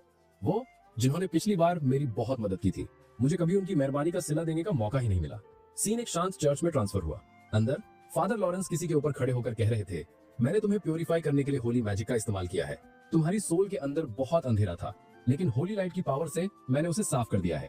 अब से सच्चाई के रास्ते पर चलना। अगर तुम फिर से भटके तो तुम्हारी सोल हमेशा के लिए नष्ट हो सकती है। तभी लिन युआन वहां पहुंचा और उन्हें ग्रीट किया। फादर लॉरेंस, मैं यहाँ मदद करने आया हूँ। मैंने सुना है यहाँ एक पेशेंट क्रिटिकल कंडीशन में है। मुझे विश्वास है मेरे पास उसे हील करने का एक तरीका है। प्लीज मुझे तुरंत उसके पास ले चलिए। फादर लॉरेंस हैरान दिखे और उन्होंने पूछा, तुम सच में उसकी मदद कर सकते हो? लेकिन तुम्हें एहसास भी है कि हम नाइट डक की बीमारी की बात कर रहे हैं ना? आज तक कोई भी उसे ठीक नहीं कर पाया है। ज्यादातर लोग तो पहले ही उम्मीद छोड़ चुके हैं। लिन युआन ने कॉन्फिडेंस से जवाब दिया, हाँ मैं यहाँ ठीक इसी काम के लिए आया हूँ, बस मुझे उसके पास ले चलिए, बाकी सब मैं संभाल लूंगा। जैसे ही वो चल रहे थे, लिन युआन ने याद किया कि पेशेंट आखिर है कौन। डग वेन, एक लेजेंडरी और पावरफुल नाइट। उसने मन ही मन सोचा, डग वेन वेस्टर्न डेजर्ट के लायन नाइट ऑर्डर के सबसे स्ट्रॉन्ग नाइट्स में से एक है। तुम किसी से भी दुश्मनी मोल ले सकते हो, लेकिन एक लायन नाइट से नहीं। उनसे पंगा लेने का मतलब है सीधा मौत। उसने सोचना जारी रखा, मेरी पिछली लाइफ में जब मैं लेवल 15 पर अटका हुआ था और बाकी सबसे बहुत पीछे छूट रहा था, तब डग वेन ही थे जो मेरी मदद के लिए आगे आए थे। उन्होंने मुझे फ्री में एक गोल्डन टीयर वेपन गिफ्ट किया था। वो वेपन ही वो टर्निंग पॉइंट था जिसने मुझे गेम में ऊपर उठने में मदद की। अगर मेरे पास वो नहीं होता तो मैं शायद अपनी तीसरी बैटल भी सरवाइव नहीं कर पाता। मैं अपनी जिंदगी के लिए उनका एहसानमंद हूँ। अब जब उस कर्ज को चुकाने का मौका मिला था, लिन युआन उसे बर्बाद नहीं करना चाहता था। सीन फिर से शिफ्ट होता है। लिन युआन बीमार डग वेन के पास खड़ा था और उसने मरमी से कहा, मिस्टर वेन चिंता मत कीजिए, मैं यहाँ आपको ठीक करने आया हूँ। हम आपके शरीर से सारा जहर निकाल देंगे। वेन ने धीरे से अपनी आंखें खोली, अजनबी को घूरते हुए, तुम कौन हो? फिर लिन युआन का लेवल देखकर उसके एक्सप्रेशन यकीन न करने वाले हो गए। वो मुश्किल से उठकर बैठा और गुस्से से बोला, तुम मजाक कर रहे हो? मैं यहाँ मर रहा हूँ और तुमने मेरे पास एक लेवल 10 न्यूबी को भेजा है? तुम्हें अंदाजा भी है मेरी कंडीशन कितनी डेंजरस है? इस शहर के सोल्जर्स का लेवल तुमसे कहीं ज्यादा है और वो भी कुछ नहीं कर पाए, और तुम्हें लगता है तुम अकेले मुझे ठीक कर दोगे? मेरा टाइम वेस्ट मत करो, निकलो यहाँ से। तभी उसे खून की उल्टी होने लगी। लिन युआन ने शांति से कहा, टाइम मैं वेस्ट नहीं कर रहा, तुम कर रहे हो। शायद तुम्हें एहसास नहीं है कि ये जहर कितना खतरनाक है। तुम सिर्फ इसलिए जिंदा हो क्योंकि तुम हद से ज्यादा पावरफुल हो, लेकिन तुम्हारी ताकत भी तुम्हें बचाने के लिए काफी नहीं होगी। ज्यादा से ज्यादा तुम्हारे पास 1 महीना बचा है, उसके बाद ये जहर तुम्हारे शरीर को अंदर से पूरी तरह तबाह कर देगा। कोई तुम्हें बचा नहीं पाएगा, भगवान भी नहीं। उसने आगे कहा, तुम्हारे पास सिर्फ 2 ऑप्शंस हैं। 1 महीने में अपनी मौत को स्वीकार कर लो या मेरा ऑफर मान लो। अगर तुमने मुझे अपना इलाज करने दिया तो तुम्हारे बचने के चांसेस काफी ज्यादा हैं। जिंदगी या मौत चॉइस तुम्हारी है। डग वेन उसे घूरता रहा और पूछा, लड़के तुम्हें पता भी है तुम क्या कह रहे हो? फिर उसने धीरे से माना, हाँ मुझे पता है कि मैं 1 महीने में मर जाऊंगा, लेकिन मैं इस बारे में कुछ नहीं कर सकता। उसने समझाया, इस जहर का एक ही इलाज है, एक रॉटन गिल फिश का 1000 ग्राम फैट। उसके बिना कोई उम्मीद नहीं है, लेकिन उस फिश को पकड़ना लगभग नामुमकिन है। मैं पहले ही अपने कई आदमियों को उसे ढूंढने भेज चुका हूँ, एक भी जिंदा वापस नहीं आया। उसने सीधा लिन युआन की आंखों में देखा, अगर तुम्हें मरने का शौक है तो जाओ मडी क्ले में अपनी किस्मत आजमाओ, तुम्हें जल्द ही पता चल जाएगा कि कोई भी उस फिश के साथ वापस क्यों नहीं आया। तभी एक सिस्टम नोटिफिकेशन पॉपअप हुआ, आपको डग वेन से एक रिक्वेस्ट मिला है, क्या आप इसे एक्सेप्ट करना चाहते हैं? लिन युआन मुस्कुराया और मन ही मन सोचा, मैंने उसे ठीक इसी रिक्वेस्ट को पाने के लिए उकसाया था। हम इंतजार किस बात का कर रहे हैं? बिल्कुल, मैं एक्सेप्ट करता हूँ। सिस्टम ने अनाउंस किया कि ये गोल्ड डेवलपमेंट क्वेस्ट है। वेन की बॉडी को हील करने के लिए प्लेयर को ठीक 1000 ग्राम्स रॉटन गिल फिश फैट की जरूरत होगी। उसने वार्न किया कि इस टास्क को पूरा करने के लिए सिर्फ 1 महीना है, लेकिन लिन युआन ने कॉन्फिडेंस से दावा किया कि 1 महीना बहुत ज्यादा है, वो इसे सिर्फ 5 दिनों में पूरा कर सकता है। थोड़ी देर बाद लिन युआन मडी क्ले पहुंच गया, जहां कई फिश तैर रही थी। सिस्टम ने उसे अलर्ट किया कि ये लेवल 15 रॉटन गिल फिश हैं, इलीट रैंक मॉन्स्टर्स। रेगिस्तान में कहीं और प्लेयर्स का एक ग्रुप उन फिश से लड़ने में स्ट्रगल करता दिखा। उनके कैप्टन ने दूसरों को वार्न किया कि फिश के दांत बहुत शार्प है। उसने कहा, एक सिंगल बाइट भी बॉडी को 2 हिस्सों में चीर सकती है, और उनके मुंह से दूर रहने की जरूरत पर जोर दिया। अचानक एक फिश ने झपट्टा मारा और कैप्टन पर हमला कर दिया। जख्मी और बेबस होकर कैप्टन दर्द से चीखने लगा। उसकी टीम मदद के लिए गिड़गिड़ाने लगी। चिल्लाते हुए कि मडी क्ले का इलाका उन्हें फंसा रहा है, जिससे हिलना नामुमकिन हो गया है और फिश तेजी से पास आ रही है। जैसे ही कैप्टन उनका निवाला बनने वाला था, उसने सोचा कि अब उसे कोई नहीं बचा सकता। उसे पछतावा हुआ कि दूसरों को सावधान रहने की चेतावनी देने के बावजूद वो खुद खतरे में फंस गया था। ऐसा लगा जैसे उसका अंत बहुत दर्दनाक होने वाला है। ठीक तभी लिन युआन वहां आया और कैप्टन को एक तरफ फेंक दिया, उसे आखिरी पल में बचाते हुए। लिन युआन ने उससे कहा कि वो इसके रास्ते में ना आए, क्योंकि उसे जरूरी काम करना है। सोल फ्लेम्स का इस्तेमाल करते हुए लिन युआन ने फिश पर एक पावरफुल अटैक लॉन्च किया। उसने मजाक उड़ाते हुए पूछा कि अगर वो दूर से अटैक नहीं कर सकते तो वो ऐसे मॉन्स्टर से लड़ने की जहमत ही क्यों उठा रहे हैं। सिर्फ एक बेवकूफ ही इस फिश से तलवार से लड़ने की कोशिश करेगा। कैप्टन, जो स्टंड था, सोचने लगा कि ये मिस्टीरियस वॉरियर कौन है। उसने तो अपनी किस्मत मान ली थी, फिर भी इस अजनबी ने उसे आसानी से बचा लिया। उसने कंक्लूड किया कि लिन युआन कोई आम आदमी नहीं है, वो जरूर एक महान हीरो है। जैसे ही कैप्टन उसे थैंक यू कहने के लिए पीछे मुड़ा, लिन युआन पहले ही अटैक करने के लिए आगे बढ़ चुका था। उस नाइट ने हैरानी से फुसफुसाया कि यह आदमी सच में एक महान हीरो है। अभी एक पल पहले वो मेरे पास खड़ा था और अब वो पहले ही मॉन्स्टर के आमने सामने है। उसने खुद को लकी माना कि ये हीरो उन्हें बचाने के लिए वक्त पर पहुंच गया है। इसी बीच लिन युआन मन ही मन सोच रहा था कि वो आदमी ओवर रिएक्ट कर रहा है। उसने उसे हीरोइज्म के नाते नहीं बचाया था, वो बस रास्ते में आ रहा था। वो खुद को कोई महान हीरो नहीं मानता था, वो बस अपना काम कर रहा था। और सोल फ्लेम्स का इस्तेमाल करके लिन युआन ने एक लार्ज स्केल अटैक लॉन्च किया, जिसने सभी फिश की एचपी 50 पॉइंट्स कम कर दी। गुस्से में सभी फिश ने बदले में उसी को टारगेट किया। लिन युआन मुस्कुराया और कहा कि वो ठीक यही चाहता था। बेवकूफ फिश मेरे जाल में फंस रही थी, उन्हें एहसास नहीं था कि वो शिकार नहीं, शिकारी तो मैं था। कैप्टन ने वॉर्न करते हुए चिल्लाया, उसे फिर से महान हीरो कहते हुए और सावधान रहने को कहा। उसने याद दिलाया कि फिश के दांत बेहद खतरनाक है और अगर वो बॉडी में काट ले तो पैरालाइज कर सकते हैं। लेकिन लिन युआन ने बड़ी आसानी से उनके अटैक्स को डॉज कर लिया। वो परेशान होकर मनी मन बड़बड़ाया कि ये आदमी इतना चिल्ला क्यों रहा है। मुझे दिख रहा है कि फिश पास आ रही हैं। उसके चिल्लाने से बस मैं और एंग्शियस हो रहा हूँ। लिन युआन ने अपनी तलवार समन की और कहा कि फिश को एक एक करके मारना टाइम की बर्बादी है। उसने फैसला किया कि उन सबको एक साथ खत्म करना ज्यादा तेज रहेगा। उसने तेजी से फिश को काटना शुरू कर दिया। कैप्टन बस यकीन न करते हुए देखता रहा, सोचते हुए कि कुछ कमाल ही हो रहा है। 8 लोगों की टीम होने के बावजूद वो एक भी फिश को नहीं हरा पाए। फिर भी ये आदमी उन्हें गाजर मूली की तरह काट रहा था। फिर भी कैप्टन ने सोचा कि यहाँ बहुत सारी फिश थी। इतनी जबरदस्त पावर के बावजूद उन सबको अकेले हैंडल करना मुश्किल होगा, खासकर जब वो ग्रुप अटैक्स का इस्तेमाल कर सकती हैं, जिसके सामने पावरफुल वॉरियर्स भी स्ट्रगल करते हैं। उसी पल मॉन्स्टर्स ने एक ग्रुप बनाने शुरू कर दिए। लिन युआन ने ये नोटिस किया और मजाक उड़ाते हुए कहा, ओह तो अब तुम लोग मुझ पर ग्रुप अप करोगे। वो हंसा, इसे चीटिंग कहते हुए।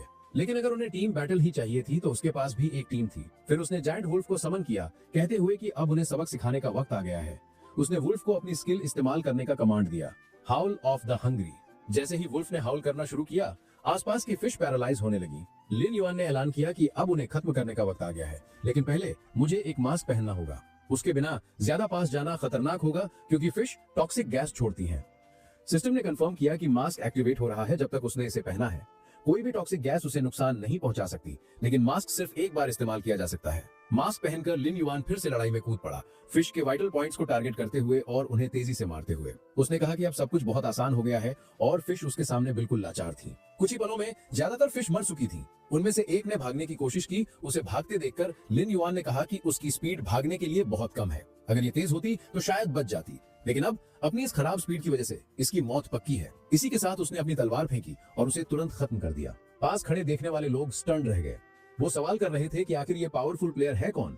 हैरान थे कि उसने कितनी आसानी से इतने सारे मॉन्स्टर्स को साफ कर दिया। जैसे ही उनमें से एक ने जश्न मनाना शुरू किया, दूसरे ने वार्न किया कि खुश होना अभी जल्दी होगा। और भी मॉन्स्टर्स अभी आ रहे हैं और उनसे लड़ते हुए इस जगह से बच निकलना बेहद मुश्किल होगा। उसी पल लिन युआन ने अपने थंडर स्कॉर्पियन को अपना अटैक शुरू करने का ऑर्डर दिया। स्कॉर्पियन ने अपनी लाइटनिंग स्किल्स एक्टिवेट की और इलेक्ट्रिक स्ट्राइक्स की बौछार कर दी, जिससे एक ही बार में कई फिश साफ हो गई। एक हैरान देखने वाले ने कहा कि उसे अपनी आंखों पर यकीन नहीं हो रहा है।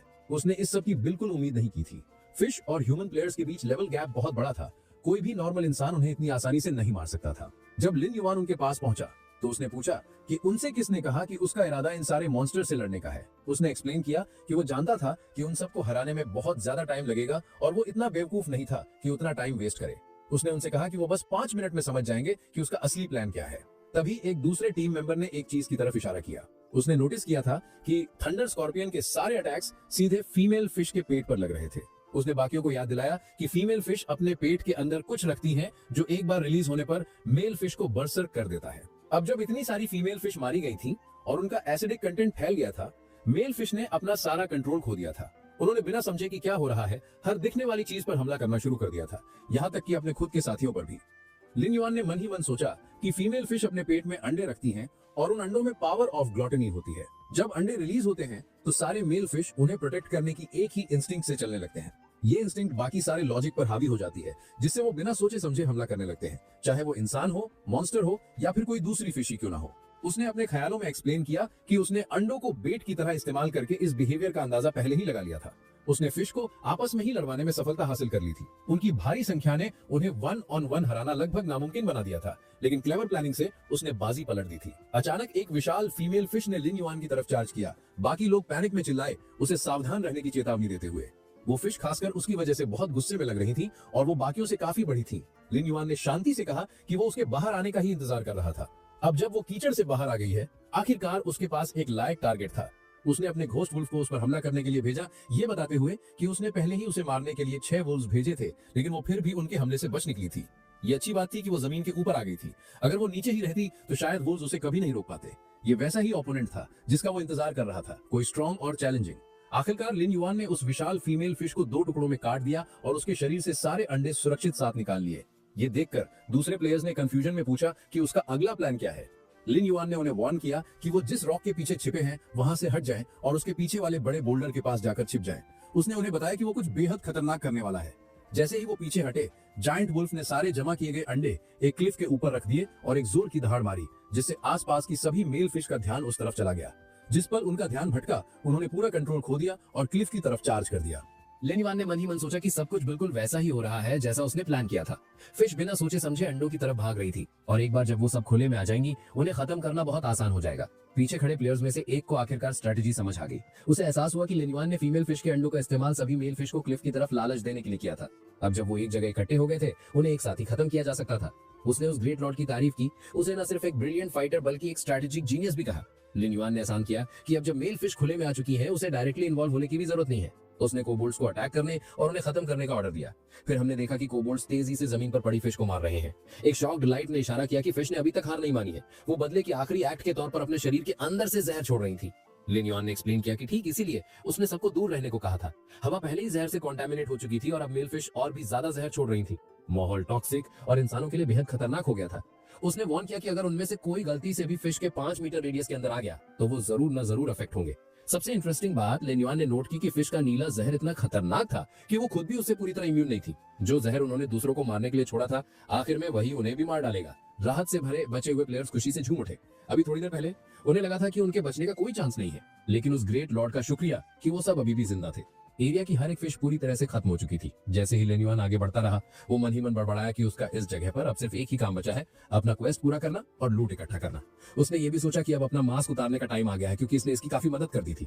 उसी पल लिन युआन ने अपना एब्जॉर्बिंग पॉट निकाला, मन ही मन सोचते हुए कि इसे खरीदना कितना महंगा पड़ा था। बुरी बात यह थी कि वो इसे सिर्फ एक बार इस्तेमाल कर सकता था। फिर भी उसने खुद को तसल्ली दी कि डग वेन की रिक्वेस्ट पूरी करने के लिए ये वर्थ इट होगा। सिस्टम ने उसे नोटिफाई किया कि आपने 100 gram rotten gill fish oil collect कर लिया है। उसने एक्सप्लेन किया कि ऑयल में एक्स्ट्रा ऑर्डिनरी हीलिंग इफेक्ट्स हैं। ये सीवियर पॉजिटिव अटैक्स के बाद भी बॉडी को हील कर सकता है। लिन युआन ने माना कि वो ये बात बिल्कुल भूल गया था कि इतनी सारी फिश को मारने पर रिवॉर्ड भी मिलेगा। उसे जल्दी सिस्टम ने इन्फॉर्म किया कि उसे जोकर्स नोज नाम का एक आइटम मिला है, एक सिल्वर ग्रेड आर्टिफैक्ट। ये एक आर्मर टाइप आइटम था, लेकिन इसमें कोई खास इंप्रेसिव इफेक्ट्स नहीं थे, बस मामूली एनहांसमेंट्स थे। उसने तंज मारते हुए सोचा, भला जोकर्स नोज जैसी चीज कौन पहनना चाहेगा? क्या सिस्टम इससे बुरा कुछ नहीं सोच सकता था? उसने कंक्लूड किया कि गेम डेवलपर्स ने शायद इसे एक जोक की तरह ऐड किया है, ताकि प्लेयर्स क्लाउन्स की तरह घूम सके। उसने मन ही मन ऐलान किया कि चाहे इसमें कितनी भी यूनिक पावर्स क्यों ना हो, वो इसे कभी नहीं पहनेगा। तभी पीछे से एक आदमी आया और एक्साइटमेंट से चिल्लाया कि लिन युआन को एक अमेजिंग आइटम मिला है। उसने कहा कि उसने पहले कभी इतना कूल आर्टिफैक्ट नहीं देखा था। ये तो खुद से हिलता भी है और ग्लो भी करता है।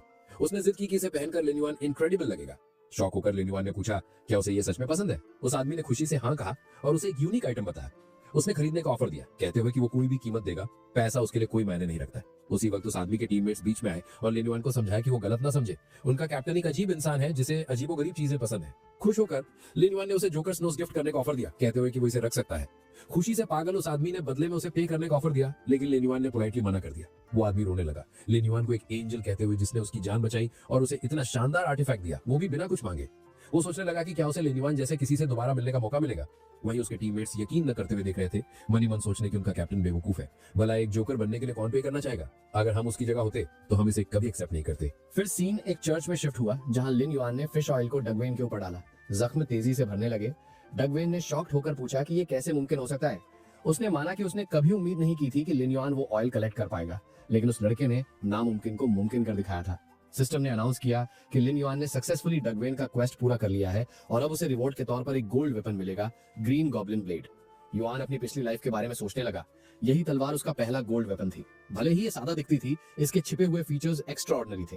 ब्लेड के पास एक स्पेशल स्किल थी जिसे ग्रीन गॉब्लिन कर्स के नाम से जाना जाता था, जो यूजर की एबिलिटीज को काफी बूस्ट करती थी।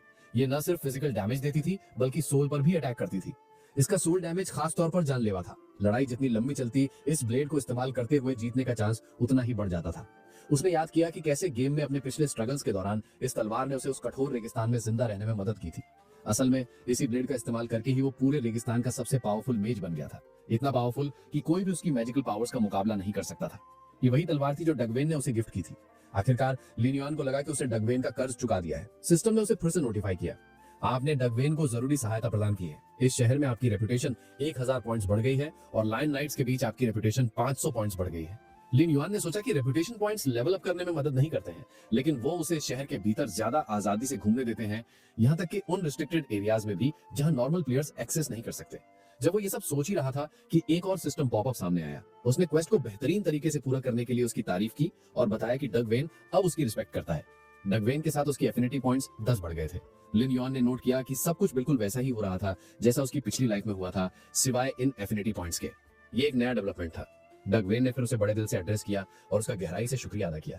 उसने कहा कि लिन युआन को अंदाजा भी नहीं है कि उस ऑयल को लाकर उसने कितनी बड़ी मदद की है। उसके बिना वो शायद अगले महीने तक जिंदा नहीं बच पाता। लिन युआन ने जवाब दिया कि उसे बस इस बात की खुशी है कि वो मदद कर सका।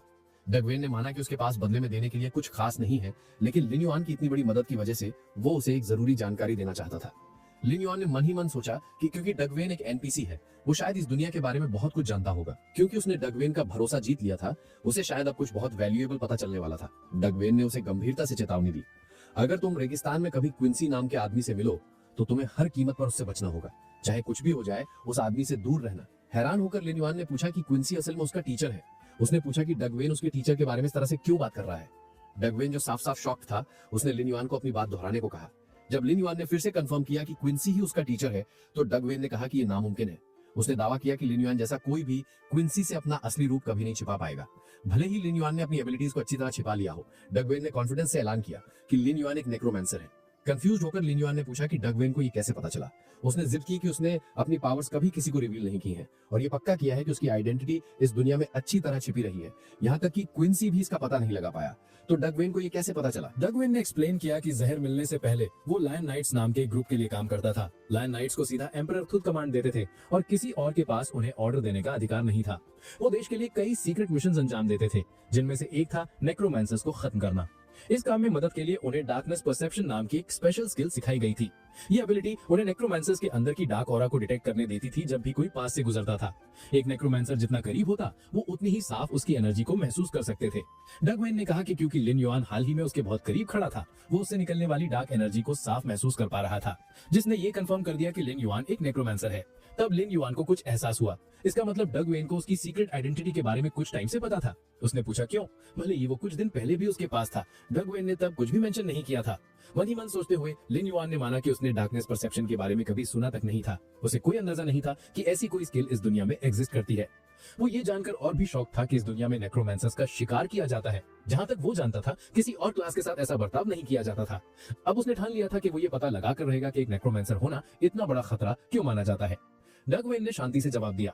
उसने कहा कि लिन युआन के पिछले विजिट के दौरान वो जहर की वजह से अपनी पावर्स को ठीक से इस्तेमाल करने के लिए बहुत कमजोर था, लेकिन अब जब वो हील हो चुका है, उसकी स्किल अपने आप रीएक्टिवेट हो गई है, जिससे वो लिन युआन के अंदर की जबरदस्त डार्क ऑरा को साफ देख सकता है। डगवेन ने आगे कहा कि ये किस्मत की बात है कि लिन युआन उससे मिला। अगर ये लायन नाइट्स का कोई और मेंबर होता तो वो बिना हिचकिचाए उस पर हमला कर देते। क्यूरियस होकर लिन युआन ने लॉर्ड ऑफ डार्कनेस नाम की किसी चीज के बारे में पूछा। तब डगवेन को एहसास हुआ कि लिन युआन को नेक्रोमैंसर्स के बारे में लगभग कुछ नहीं पता। इसलिए उसने एक्सप्लेन करने का फैसला किया कि दुनिया असल में कैसे काम करती है और नेक्रोमैंसर्स से इतना डरा क्यों जाता है। उसने ये कहते हुए शुरुआत की कि सब कुछ प्राचीन काल में शुरू हुआ था। इमॉर्टल वर्ल्ड में 5 देवता थे जिनकी लोग पूजा और इज्जत करते थे। पहला गॉड ऑफ लाइट, दूसरा किंग ऑफ मून शैडो, तीसरा गॉडेस ऑफ नेचर, चौथा गॉड ऑफ टाइड्स और पांचवा किंग ऑफ स्पिरिट्स। इन 5 देवताओं की प्राचीन काल से पूजा की जाती रही है और सबको विश्वास था कि सिर्फ यही देवता एग्जिस्टेंस में है। लेकिन डगवेन के मुताबिक ये विश्वास झूठा था। असल में एक छठवां देवता भी था जिसे दुनिया से छुपा कर रखा गया था। उसका नाम था लॉर्ड ऑफ डार्कनेस। उसने बताया कि लॉर्ड ऑफ डार्कनेस को इमॉर्टल गॉड के नाम से भी जाना जाता है और उन 6 देवीय शक्तियों में से वो उन सब में सबसे स्ट्रांग था। असल में ऐसा कहा जाता है कि अगर बाकी 5 देवता मिलकर भी उसका सामना करते तब भी वो उसके आगे टिक नहीं पाते। डग वेन ने एक्सप्लेन किया कि जब भी किसी के पास इतनी जबरदस्त पावर होती है तो वो जाहिर है वही करते हैं जो उनका मन चाहता है। लॉर्ड ऑफ डार्कनेस भी अलग नहीं था। उसे अपनी पावर पर बेहद गर्व और घमंड था और इस दुनिया में वो सिर्फ अपनी मर्जी के हिसाब से काम करता था। दूसरे देवता उतने पावरफुल नहीं थे और नतीजतन उनके फॉलोअर्स भी नहीं थे, लेकिन लॉर्ड ऑफ डार्कनेस अपने फॉलोअर्स को दिल से चाहता था। उसने अपने सबसे वफादार सेवकों को जबरदस्त डार्क पावर का आशीर्वाद दिया, ऐसी पावर जो इतनी तेज थी कि वो मैजिक के दूसरे सोर्सेज पर हावी हो सकती थी। इसी तरह एक नई क्लास का जन्म हुआ, नेक्रोमैंसर्स। किसी भी ऑर्डिनरी क्लास के विपरीत नेक्रोमैंसर्स के पास यूनिक एबिलिटीज थी। उनके पास वॉरियर्स की तरह फिजिकल पावर थी और वो मेजेस की तरह मैजिक भी परफॉर्म कर सकते थे, लेकिन उनके अंदर जो डार्क पावर्स थी उन्होंने आखिरकार उनकी सोल्स को करप्ट कर दिया। वो खुद को भगवान समझने लगे और बिना किसी रोक टोक के घमंड से भर गए। डग वेन ने कहा कि लॉर्ड ऑफ डार्कनेस के फॉलोअर्स की वजह से दुनिया ने बहुत कुछ सहा है। नेक्रोमैंसर्स की अजीबोगरीब शक्तियों की वजह से रहस्यमयी बीमारियां फैलने लगी, ऐसी महामारियां जिन्होंने अनगिनत बेगुनाह लोगों की जान ले ली। और चीजों को और बदतर बनाने के लिए नेक्रोमैंसर्स खुद भी लगातार ज्यादा हिंसावादी और विनाशकारी होते गए। वो सिर्फ लोगों को मारते ही नहीं थे, वो उनकी सोल्स को गुलाम बना लेते थे। वो उन्हें अनडेड बीइंग्स बनाकर उनसे अपनी सेवा करवाते थे। इस वजह से उनका होना ही दुनिया पर तबाही ला रहा था। इंसानियत बिखरती जा रही थी। आखिरकार सभी किंगडम्स को एहसास हुआ कि भले ही लॉर्ड ऑफ डार्कनेस लोगों को जबरदस्त पावर देता था, अगर आम लोग उसे फॉलो करने लगे तो ये दुनिया को तबाही की तरफ ले जाएगा। इसीलिए सभी किंगडम्स ने एकजुट होकर उसकी पूजा पर बैन लगा दिया। मंदिर जहां कभी हजारों फॉलोअर्स आते थे उन्हें डिस्ट्रॉय कर दिया गया। लॉर्ड ऑफ डार्कनेस की पूजा करने वालों को मिटाने के लिए सोल्जर्स की आर्मीज डिप्लॉय की गई। सख्त कानून लागू किए गए ताकि ये पक्का हो सके कि कोई भी उसे फिर कभी फॉलो ना करे। उसका इतिहास दफना दिया गया, उसका नाम टेक्स्ट बुक से मिटा दिया गया और यहाँ तक कि उसके बारे में बात करना भी इलीगल हो गया। उस वक्त के लोग साफ समझ गए थे कि पावर का लालच कितना खतरनाक हो सकता है। चाहे आप लोगों को कितना भी समझाने की कोशिश करते, वो जानते थे कि एक ना एक दिन कोई फिर से इसके लालच में आ जाएगा। उसे रोकने के लिए उन्होंने उसे इतिहास से मिटा दिया और उसके सभी फॉलोअर्स यानी नेक्रोमैंसर्स का शिकार करना शुरू कर दिया। यही वजह थी कि आज बहुत कम लोग ही जानते थे कि नेक्रोमैंसर्स एग्जिस्ट भी करते हैं, और जो उनके बारे में जानते थे वो उन्हें दुश्मन मानते थे। उन सबको एक साफ ऑर्डर दिया गया था, अगर तुम्हें कभी कोई नेक्रोमैंसर दिखे उसे तुरंत मार दो। कोई सवाल नहीं, कोई हिचकिचाहट नहीं। इसीलिए नेक्रोमैंसी को अब एक फॉरबिडन एबिलिटी माना जाता था, एक ऐसी एबिलिटी जो किसी के पास नहीं होनी चाहिए। डग वेन ने कन्फेस किया कि उसने खुद पास्ट में बहुत से नेक्रोमैंसर्स को मारा था। करीब 10 साल पहले वो और उसकी टीम एक का शिकार कर रहे थे जब एक नेक्रोमैंसर ने सरप्राइज अटैक में उस पर पॉइजन का इस्तेमाल किया। उस पॉइजन ने डग वेन को तब से बिस्तर पर लिटा दिया था। उसने उसे इतना कमजोर कर दिया था कि उसने अपनी किस्मत स्वीकार कर ली थी और मरने के लिए तैयार हो गया था। वो जानता था कि लिन युआन ने जिस तरह की फिश का इस्तेमाल किया था उसे हर कोई नहीं पकड़ सकता, और फिर भी किस्मत के एक अजीब मोड़ में जिसने उसे जहर दिया था वो एक नेक्रोमैंसर था, और अब जिसने उसे बचाया था वो भी एक नेक्रोमैंसर ही था। डग वेन ने कहा कि बस एक ही फर्क था, लिन युआन एक ऐसा नेक्रोमैंसर था जिसे कोई नॉलेज ही नहीं थी कि वो असल में क्या है, और यही एक वजह थी कि वो अभी भी सही रास्ते पर चल रहा था। ये सुनकर लिन युआन सोच में पड़ गया। अपनी पिछली लाइफ में वो एक सॉर्सरर था और इस वजह से उसे इस दुनिया के इतिहास या खतरों के बारे में कोई आइडिया नहीं था। उसे बिल्कुल भी अंदाजा नहीं था कि उसकी करंट एबिलिटी इतने बड़े और खौफनाक राज से जुड़ी हुई है। वही पावर जिसने उसे इतनी तेजी से स्ट्रांग बनाया था, वही उसके डाउनफॉल का कारण भी बन सकती थी। आखिरकार वो समझ गया कि सिस्टम में उसकी एबिलिटी को हमेशा फॉरबिडन क्यों लेबल किया जाता था। अब सब समझ आ रहा था। उसने खुद को लकी माना कि उसने ट्रैवल करते वक्त हमेशा अपनी कंसीलमेंट स्किल का इस्तेमाल किया था। अगर उसने ऐसा ना किया होता तो वो शायद अब तक पकड़ा जाता और मारा जाता, लेकिन अब वो जानता था कि उसे इस बारे में कुछ करना ही होगा। वो अफोर्ड नहीं कर सकता था कि कोई और उसकी ऑरा को डिटेक्ट कर ले, क्योंकि जिसने भी उसकी असली पहचान जान ली वो बिना सोचे समझे उस पर हमला कर सकता था। चीजें उसकी उम्मीद से कहीं ज्यादा कॉम्प्लिकेटेड हो गई थी। वो ये प्रेडिक्ट भी नहीं कर सकता था कि अगला खतरा कब या कहां से आ सकता है। उसने सोचा था कि एक बार उसके सिन पॉइंट्स चले गए तो वो शहर में आजादी से घूम सकेगा और उस स्पेशल बैज वाले आदमी की जांच कर सकेगा, लेकिन अब वो सेफ नहीं लग रहा था। अगर शहर के एक भी नाइट ने उसे देख लिया और उसकी ऑरा महसूस कर ली तो चीजें बहुत गलत हो सकती थी। लिन युआन ने रियलाइज किया कि उसकी टॉप प्रायोरिटी अब अपनी ऑरा को पूरी तरह छिपाना है, खासकर उस डार्क एनर्जी को जो लॉर्ड ऑफ डार्कनेस से जुड़ी थी। अगर वो इसे छिपाने में फेल हो गया तो वो न सिर्फ शहर में आजादी से घूम नहीं पाएगा, बल्कि वो कुछ भी इन्वेस्टिगेट नहीं कर पाएगा। वो डग वेन की तरफ मुड़ा और उससे एक जरूरी सवाल पूछा, डग वेन, क्या आपकी स्पेशल स्किल को बाईपास करने का कोई तरीका है? कोई ऐसा मेथड जो आपके डिटेक्शन को काम करने से रोक सके? उसने एक्सप्लेन किया कि डग वेन ही इकलौते इंसान है जो जानते हैं कि वो एक अच्छा इंसान है, लेकिन अगर किसी और नाइट ने उसे देखा तो वो तुरंत हमला कर देंगे। इसलिए उसके लिए ये जानना बेहद जरूरी था कि क्या डिटेक्ट होने से बचने का कोई तरीका है। डग वेन ने कहा कि लिन युआन सही था, वो सच में एक अच्छा इंसान था, भले ही वो एक नेक्रोमैंसर था, डग वेन कॉन्फिडेंस से गारंटी दे सकता था कि लिन युआन कभी भी अपनी पावर्स का इस्तेमाल बुराई के लिए नहीं करेगा। लेकिन फिर डग वेन ने कहा, सच्चाई ये थी कि बाकी दुनिया ऐसी अच्छाई पर विश्वास नहीं करेगी। अगर किसी और ने लिन युआन को देखा तो वो उस पर हमला करने से जरा भी नहीं हिचकिचाएंगे। डग वेन ने एक्सप्लेन किया कि उनकी स्पेशल डिटेक्शन स्किल से बिल्कुल बचा जा सकता है, लेकिन बदकिस्मती से वो नहीं जानता था कि कैसे। सिर्फ एक ही इंसान था जो इसमें मदद कर सकता था, क्विंसी। लेकिन असली प्रॉब्लम भी यही थी। क्विंसी नेक्रोमैंसर से किसी और से भी ज्यादा नफरत करता था। जिस पल वो लिन युआन को देखेगा वो तुरंत पहचान जाएगा कि वो क्या है, और डग वेन को पूरा यकीन था कि क्विंसी उसे वही मौके पर मारने से बिल्कुल नहीं हिचकिचाएगा। डग वेन ने वार्न किया कि कोई भी नेक्रोमैंसर से उतनी गहरी नफरत नहीं करता जितनी क्विंसी करता है, और उसके पास इसकी एक बहुत ही पर्सनल वजह है। क्विंसी अपनी पत्नी को दुनिया में किसी भी चीज से ज्यादा प्यार करता था, लेकिन एक नेक्रोमैंसर ही था जिसने उसकी जान ले ली थी। इसीलिए उसने शुरुआत में ही लिन युआन को वार्न किया था, चाहे कुछ भी हो जाए उसे क्विंसी से दूर रहना चाहिए। क्विंसी सिर्फ पावरफुल नहीं था, वो बेहद खतरनाक था। अगर उसने लिन युआन को देख लिया तो वो बिना रहम किए हमला कर देगा। डग वेन ने समझाया कि जहां ज्यादातर नाइट्स ड्यूटी के लिए नेक्रोमैंसर्स को मारते हैं, वहीं क्विंसी उन्हें पक्की नफरत के कारण मारता है, यहाँ तक कि उसे इसमें मजा आता है। उसे परवाह नहीं होगी कि लिन युआन के इरादे कितने भी अच्छे क्यों ना हो, वो मदद नहीं करेगा, वो उसे तबाह कर देगा, यहाँ तक कि उसकी रूह के भी टुकड़े कर देगा। फिर डग वेन ने आहें भरते हुए कहा कि अब ये लिन युआन पर है कि वो आगे क्या करेगा। वो बस उम्मीद करता है कि लिन युआन इस जालिम दुनिया में जिंदा बचेगा और ज्यादा मुसीबतों में नहीं पड़ेगा। सीन ग्रेवल डेजर्ट में शिफ्ट हो गया। रेगिस्तान से गुजरते हुए लिन युआन को डग वेन के शब्द याद आ रहे थे। डग वेन ने कहा था, लिन युआन पागल मत बनो, मैंने तुम्हें पहले ही वार्न किया था, लेकिन तुम फिर भी क्विंसी के पास जा रहे हो। मैं मजाक नहीं कर रहा, वो बेहद खतरनाक है। जिस पल उसे पता चलेगा कि तुम एक नेक्रोमैंसर हो, वो तुम्हारी रूह के 2 टुकड़े कर देगा। हम सभी नाइट्स नेक्रोमैंसर्स को मारते थे क्योंकि ये हमारा काम था, लेकिन क्विंसी ने ये गहरे पर्सनल ट्रॉमा की वजह से किया। तुम्हारी वजह कितनी भी अच्छी क्यों ना हो, वो तुम्हारी मदद नहीं करेगा। लिन युआन ने जवाब दिया था कि उसके पास कोई और चारा नहीं है, वो पहले ही जिंदगी और मौत के बीच खड़ा था। इस पॉइंट पर वो मरने से पहले कम से कम एक बार कोशिश तो कर ही सकता था। वापस प्रेजेंट में लिन युआन अपने शरीर के अंदर की डार्क एनर्जी के बारे में सोचने लगा। उसकी वजह से मैं किसी भी शहर में आजादी से एंटर नहीं कर सकता। हर शहर में बहुत से नाइट्स होते हैं और मेरे पास ये जानने का कोई तरीका नहीं है कि कब या कहाँ कोई मुझे देख ले। असली इशू ये है कि मैं रेगिस्तान छोड़कर एक नए रीजन में भी नहीं जा सकता। अगर मेरी फॉरबिडन क्लास यहाँ प्रॉब्लम्स खड़ी कर रही है तो पूरा चांस है कि ये दूसरे मैप्स में और भी बुरी प्रॉब्लम्स खड़ी करेगी।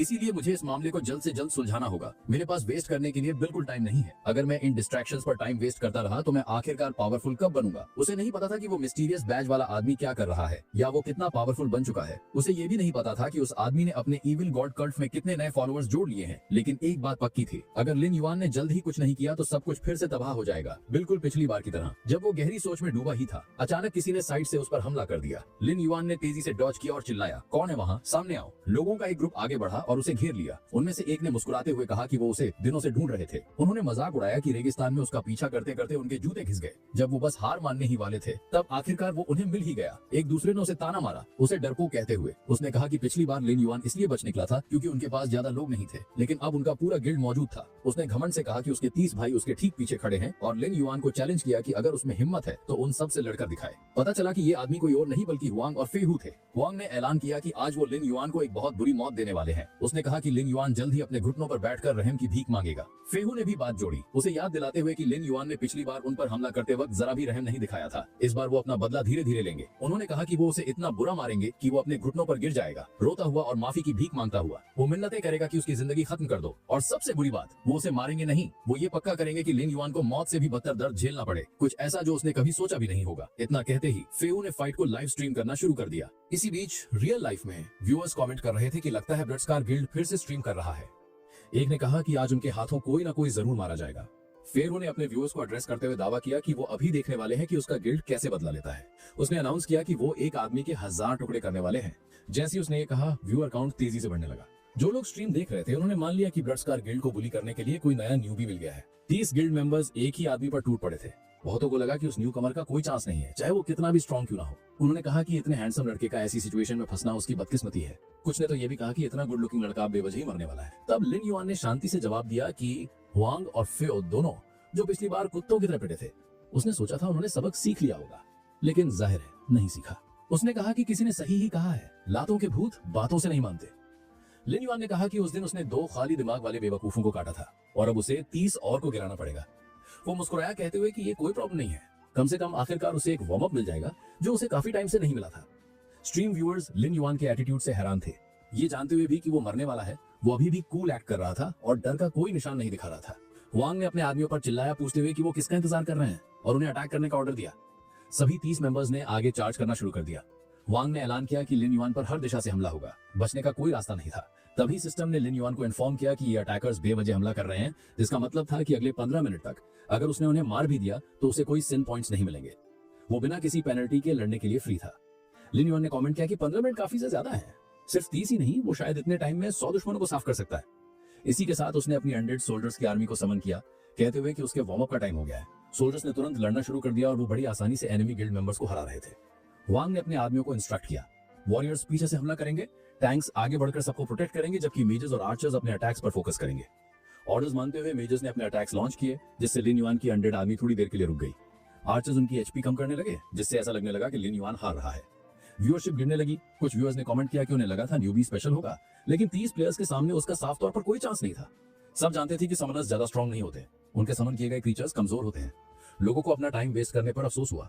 वांग ने लिन युआन का मजाक उड़ाया, कहते हुए कि चाहे उसके पास कोई भी समनिंग पावर्स हो, उनके गिल्ड के पास एक अनब्रेकेबल फॉर्मेशन है जो उन्हें कहीं भी किसी पर भी हावी होने देता है। उसने ताना मारा कि लिन युआन बस हारने ही वाला है और उसे फेल होते देखकर मजा आ रहा है। लेकिन तभी सबको हैरान करते हुए लिन युआन हंसने लगा। उसने तंज कसते हुए पूछा कि क्या वो सच में उसके हारने का इंतजार कर रहे हैं, क्योंकि तब तो शायद उन्हें हमेशा इंतजार करना पड़ेगा। वांग कंफ्यूज हो गया। भले ही वो साफ साफ हार रहा था, लिन युआन हंस रहा था। तभी मेजर्स के नीचे की जमीन फटने लगी और धंसने लगी। मेजर्स घबरा गए, पूछते हुए कि ये क्या हो रहा है। उन्हें एहसास हुआ कि जमीन के नीचे से कोई चीज उन्हें खींच रही है। अचानक लिन युआन के समन किए गए कोबॉल्ट जमीन के नीचे से फट कर निकले और सरप्राइज अटैक्स लॉन्च कर दिए, फेहू के आदमियों को हर दिशा से मार गिराते हुए। वांग और फेओ स्टन रह गए। अभी कुछ पल पहले वो साफ साफ जीत रहे थे, लेकिन अब लिन युआन की 100 फोर्सेस उन पर हावी हो रही थी। व्यूअर्स भी उतने ही शॉक थे। वो सोचने लगे कि क्या ये 100 खुद सोच सकते हैं। जब फ्रंटल अटैक फेल हुआ तो उन्होंने नीचे से परफेक्ट कोऑर्डिनेशन के साथ काउंटर अटैक कर दिया, जो एलीट गिल्ड से भी बेटर था। ये साफ हो गया था कि लिन युआन कोई न्यूबी नहीं था। ब्लड स्कार गिल्ड ने सच में गलत आदमी से पंगा ले लिया था। वो उसे मारने की बात कर रहे थे। अब लग रहा था कि आज मरने वाले वो खुद ही होंगे। जैसे ही लिन युआन हावी होने लगा, व्यूअर काउंट फिर से बढ़ने लगे। कुछ मेजर्स ने कमेंट किया कि लिन युआन के अटैक्स कमाल के डेंजरस हैं। उसके हथियार उनके डिफेंस के पीछे तक पहुंच रहे हैं। उन्हें तुरंत हील करने की जरूरत है, वरना वो कुछ ही पलों में मर जाएंगे। जैसे ही उन्होंने खुद को हील करना शुरू किया, लिन युआन ने फिर से हमला कर दिया, उन्हें बिल्कुल बेखबर पाते हुए।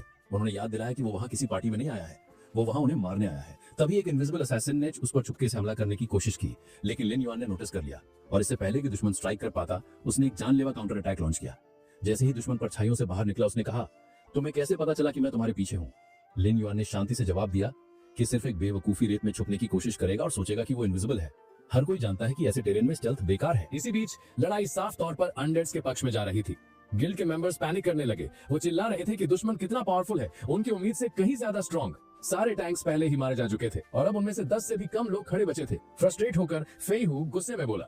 उसने कहा कि पिछली बार उनके पास ज्यादा मैन पावर नहीं था, इसलिए हारने के बाद भी उतना बुरा नहीं लगा। लेकिन इस बार अगर मैं हार गया, यहाँ इतने सारे लोगों के होते हुए भी, तो मैं दुनिया को अपना चेहरा कैसे दिखाऊंगा? बिना लड़े हार ना मानने का इरादा करके उसने ऐलान किया कि वो लिन युआन से खुद लड़ेगा। फेहू आगे बढ़ा, चिल्लाते हुए कि आज वो खुद लिन युआन का सर कलम करेगा। बिना हिले लिन युआन ने अपनी तलवार निकाली और ठंडे स्वर में कहा, चलो देखते हैं आज असल में कौन किसे मारता है। उसने फेहू की तरफ एक ग्रीन गॉब्लिन कर्स अटैक लॉन्च किया।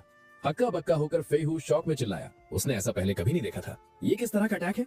मैंने पहले कभी ऐसा कुछ नहीं देखा। इससे पहले कि फेहू रिएक्ट कर पाता, लिन युआन ने उसे एक और ताबड़तोड़ झटका दिया और आगे बढ़ा। उसने फेहू को ताना मारा, तुम यहाँ मुझे मारने आए थे, है ना? लेकिन अगर तुम मुझे देख ही नहीं सकते तो तुम मुझ पर हमला करने का प्लान कैसे बना रहे हो?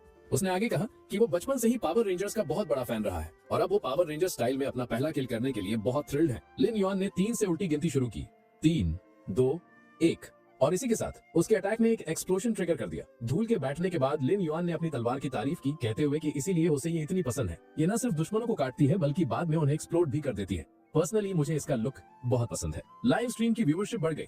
दुनिया भर के स्पेक्टेटर्स ने गिल्ड का मजाक उड़ाया। उनमें से एक हंसा।